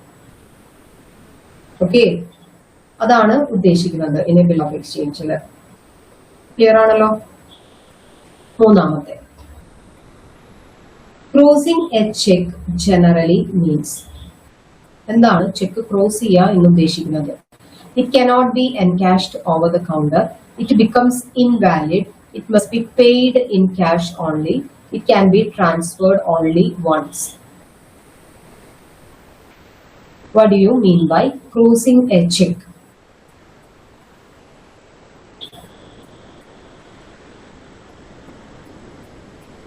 എന്താണ് ഉദ്ദേശിക്കുന്നത്? ക്രോസിംഗ് എ ചെക്ക് എന്ന് പറഞ്ഞാല് നിങ്ങൾ കണ്ടിട്ടുണ്ടാവും, ചെക്കിന്റെ അവിടെ two parallel lines face across the face of the cheque നമ്മൾ കണ്ടിട്ടുണ്ടാവും ഇങ്ങനെ ചെയ്യുന്നത്. അവിടെ ചിലപ്പോൾ എന്തെങ്കിലും എഴുതിയിട്ടുണ്ടാവും, ചിലപ്പോൾ വിത്തൗട്ട്, അങ്ങനെ ഒന്നും എഴുതണം എന്നൊന്നുമില്ല. പക്ഷെ അങ്ങനെ വരുമ്പോ എന്താ പ്രത്യേകത? എന്താണ് ചെക്ക് നമ്മൾ എന്താണ് കുറച്ചുകൂടി സേഫ് ആക്കാണ്, അതിന്റെ സേഫ്റ്റി ഉറപ്പിക്കാൻ വേണ്ടിയിട്ടാണ്. മറ്റുള്ളവർ ആ നെസസറി ആയിട്ട് അതെടുത്ത് ഫണ്ട് ജനറേറ്റ് ചെയ്യാതിരിക്കാൻ വേണ്ടിയിട്ട് എന്താ പറയാ ചെക്ക് നമ്മൾ ക്ലോസ് ചെയ്താല് അതിന്റെ അർത്ഥം എന്താണ്? It cannot be encashed over the counter. അതൊരിക്കലും ഓവർ ദ കൗണ്ടർ ക്യാഷ് കൊടുക്കാൻ പാടില്ല. ത്രൂ ദ അക്കൗണ്ട് ആണ്. അക്കൗണ്ട് ത്രൂ ക്യാഷ് മാറാനായിട്ട് പാടുള്ളൂ, കൈമാറാനായിട്ട് സാധിക്കുള്ളൂ. അതാണ് പല ക്രോസിംഗ് നിങ്ങൾ കേട്ടിട്ടുണ്ടാവും, ജനറൽ ക്രോസിംഗ്, സ്പെഷ്യൽ ക്രോസിംഗ് എന്നൊക്കെ പറഞ്ഞിട്ട്. അപ്പൊ അതാണ് ക്രോസിംഗ് ചെക്ക് കൊണ്ട് ഉദ്ദേശിക്കുന്നത്. ഇനി അടുത്ത question, which section of the Negotiable Instruments Act deals with the dishonor of check for insufficiency of funds? അതായത് ഇപ്പൊ നമ്മൾ പറഞ്ഞു ചെക്കൊക്കെ ഡിസോണർ ആവാ എന്ന് പറഞ്ഞു. അത് നെഗോഷ്യബിൾ ഇൻസ്ട്രുമെന്റ് ആക്ടിൽ ഏതിലാണ് ചെക്ക് ഡിസോണർ ആവാ ഫണ്ട് ഇല്ലാതെ? അതിനെ കുറിച്ച് പറയുന്നത് സെക്ഷൻ 118 ആണോ, സെക്ഷൻ 120, സെക്ഷൻ 138, 142, ഇത് ഏതിലാണ് അതിനെ കുറിച്ച് പറയുന്നത്?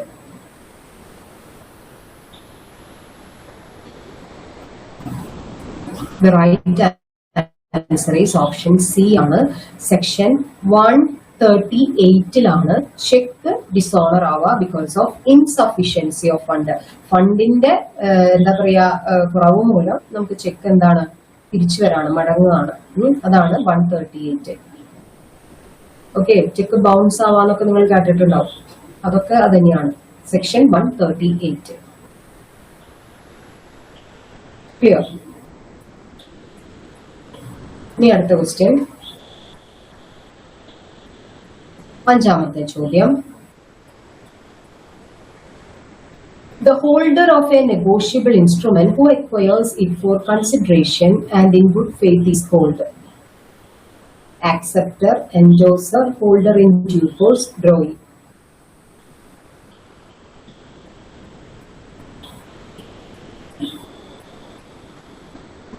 അങ്ങനെ പറഞ്ഞ എന്താണ്? Holder of a negotiable instrument who acquire it for consideration and in good faith is called holder in due course. Okay, holder in due course എന്ന് പറഞ്ഞു കഴിഞ്ഞാല് അതായത് കൺസിഡറേഷനോട് കൂടിയിട്ട് അതുപോലെ തന്നെ ഗുഡ് ഫെയ്ത്ത് വിശ്വാസത്തോട് കൂടിയിട്ട് ഒരു നെഗോഷ്യബിൾ ഇൻസ്ട്രുമെന്റ് കൈവശപ്പെടുത്തുന്ന വ്യക്തിയെ പറയുന്നതാണ് holder in due course. Okay, അവിടെ കൺസിഡറേഷൻ എന്ന് പറഞ്ഞ ഒരു വാല്യൂ, ഗുഡ് ഫെയ്ത്ത് എന്ന് പറഞ്ഞാൽ അറിയാലോ. അപ്പൊ അത് അങ്ങനെ കൈവശം വെക്കുന്നവരെയാണ് പറയുന്നത് ഹോൾഡർ ഇൻ due course. അടുത്ത ചോദ്യം ആറാമത്തെ. Which of the following is an essential characteristics of negotiable instrument?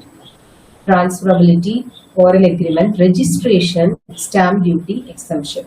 എന്താണ് essential characteristics of a negotiable instrument?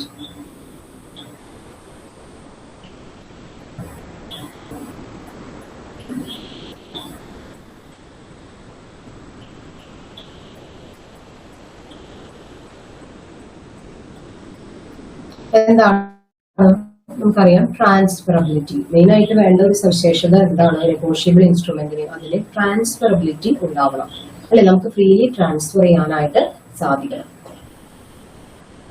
Okay,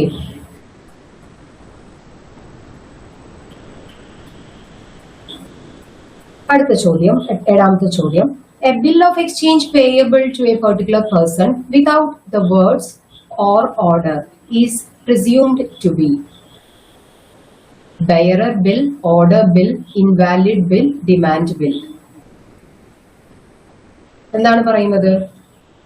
അതായത് ഒരു bill of exchange payable to a particular person, അവിടെ ഒരു ഓർഡർ എന്ന് പറയുന്ന ഇതില്ല. അപ്പൊ അതിനെ എന്തെന്നാ പറയുന്നത്? ആ ബില്ലിന്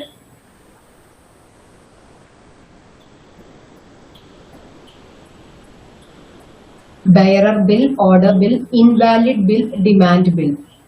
ഏതാണ് വരാം? The right answer is option B, order bill. Okay, അത് എന്താണ്? ഓർഡർ ബില്ലാണ്. എന്താണ് ഓർഡർ ബിൽ എന്ന് പറയുന്നത്? അതായത് ഓർഡർ ബില്ലാണെങ്കിൽ അതിന്റെ അടുത്ത് അർത്ഥം ഓർ ഓർഡർ എന്ന വാക്ക് അവിടെ ഉണ്ടാവില്ല. അത് നമുക്ക് എന്താണ് ഓർഡർ ഇൻസ്ട്രുമെന്റ് ആയിട്ട് കണക്കാക്കാം. ബെയറർ എന്ന് ബില്ല് എന്ന് പറഞ്ഞാൽ ബെയറർ എന്നുള്ളത് അതിൽ മെൻഷൻ ചെയ്തിട്ടുണ്ടാവും. പിന്നെ എന്താ പറയാ, ഇൻവാലിഡ് ബിൽ. അത് ഇൻവാലിഡ് ബിൽ എന്ന് പറഞ്ഞാൽ സാധുവല്ലാത്ത, വാലിഡ് അല്ലാത്ത എന്നല്ല ഉദ്ദേശിക്കുന്നത്, സാധുവല്ല അത്. പിന്നെ ഡിമാൻഡ് എന്ന് പറയുമ്പോൾ അതൊരു ടൈമിനെ ഉദ്ദേശിക്കുന്നതാണ്. എന്താ പറയാ, ടൈം ഇന്ന സമയം അതനുസരിച്ച് അത് കൊടുക്കാം. അപ്പൊ അതനുസരിച്ചാണ്, അതൊരു ഡിമാൻഡ് ബിൽ. ഇവിടെ ഓർഡർ ബില്ലാണ് ഉദ്ദേശിക്കുന്നത്. Okay, the next question. Which of the following is a material alteration? എന്താണ് material alteration? A, conversion of blank endorsement into full endorsement, crossing a check, addition of a place of payment where authorized, alteration of amount payable. എന്താണ് material alteration എന്നുകൊണ്ട് ഉദ്ദേശിക്കുന്നത്?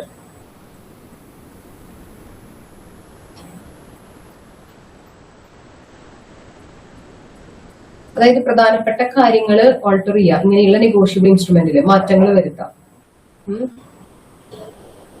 അതായത് conversion of blank endorsement into full endorsement, അതൊരിക്കലും എന്താണ് material alteration അല്ല. Cheque cross ചെയ്യാന്ന് പറഞ്ഞാൽ നമുക്കറിയാലോ, അത് കുറച്ചുകൂടി അതിന്റെ ഒതന്റിസിറ്റി കൂട്ടാണ്. Addition of a place of payment where authorised, അതും എന്താണ്, അത് സാങ്ഷൻ ആണെങ്കിൽ അത് മെറ്റീരിയൽ ഓൾട്ടറേഷൻ ആയിട്ട് കണക്കാക്കില്ല. അപ്പൊ ഇവിടെ റൈറ്റ് ആൻസർ ഓപ്ഷൻ ഡി ആണ്. ഓൾട്ടറേഷൻ ഓഫ് എമൗണ്ട് പേയബിൾ, നമ്മൾ കൊടുക്കേണ്ട തുക അത് ഇൻസ്ട്രുമെന്റിൽ നമ്മൾ തിരുത്തി മാറ്റാണ് എന്നുണ്ടെങ്കിൽ അതിനെ പറയാം മെറ്റീരിയൽ ഓൾട്ടറേഷൻ ആണ്. ഇപ്പൊ ചെക്കിലോ ബില്ലിലോ പ്രോമിസറി നോട്ടിലോ ഒക്കെ നമ്മൾ കൊടുക്കാനുള്ള എമൗണ്ട് തിരുത്തി, അപ്പൊ അതെന്താണ് മെറ്റീരിയൽ ഓൾട്ടറേഷൻ ആണ്. അപ്പൊ അത് കുറച്ച് എന്താ പറയാ ലീഗലി പനിഷബിൾ ആയിട്ടുള്ള ഒരു ഒഫൻസ് ആണ് അത് മെറ്റീരിയൽ ഓൾട്ടറേഷൻ നടത്തുക എന്ന് പറഞ്ഞാൽ. അത് ബോധ്യപ്പെട്ട് കഴിഞ്ഞാൽ അത് കേസ് നമുക്ക് അതിനെതിരെ മുന്നോട്ട് കൊണ്ടുപോകാം. ഓക്കെ, അപ്പൊ ഇത്രയും കാര്യങ്ങളാണ് നമുക്ക് ഇന്നത്തെ ഈ ഒരു മോഡ്യൂളിൽ ഡിസ്കസ് ചെയ്യാനുള്ളത്.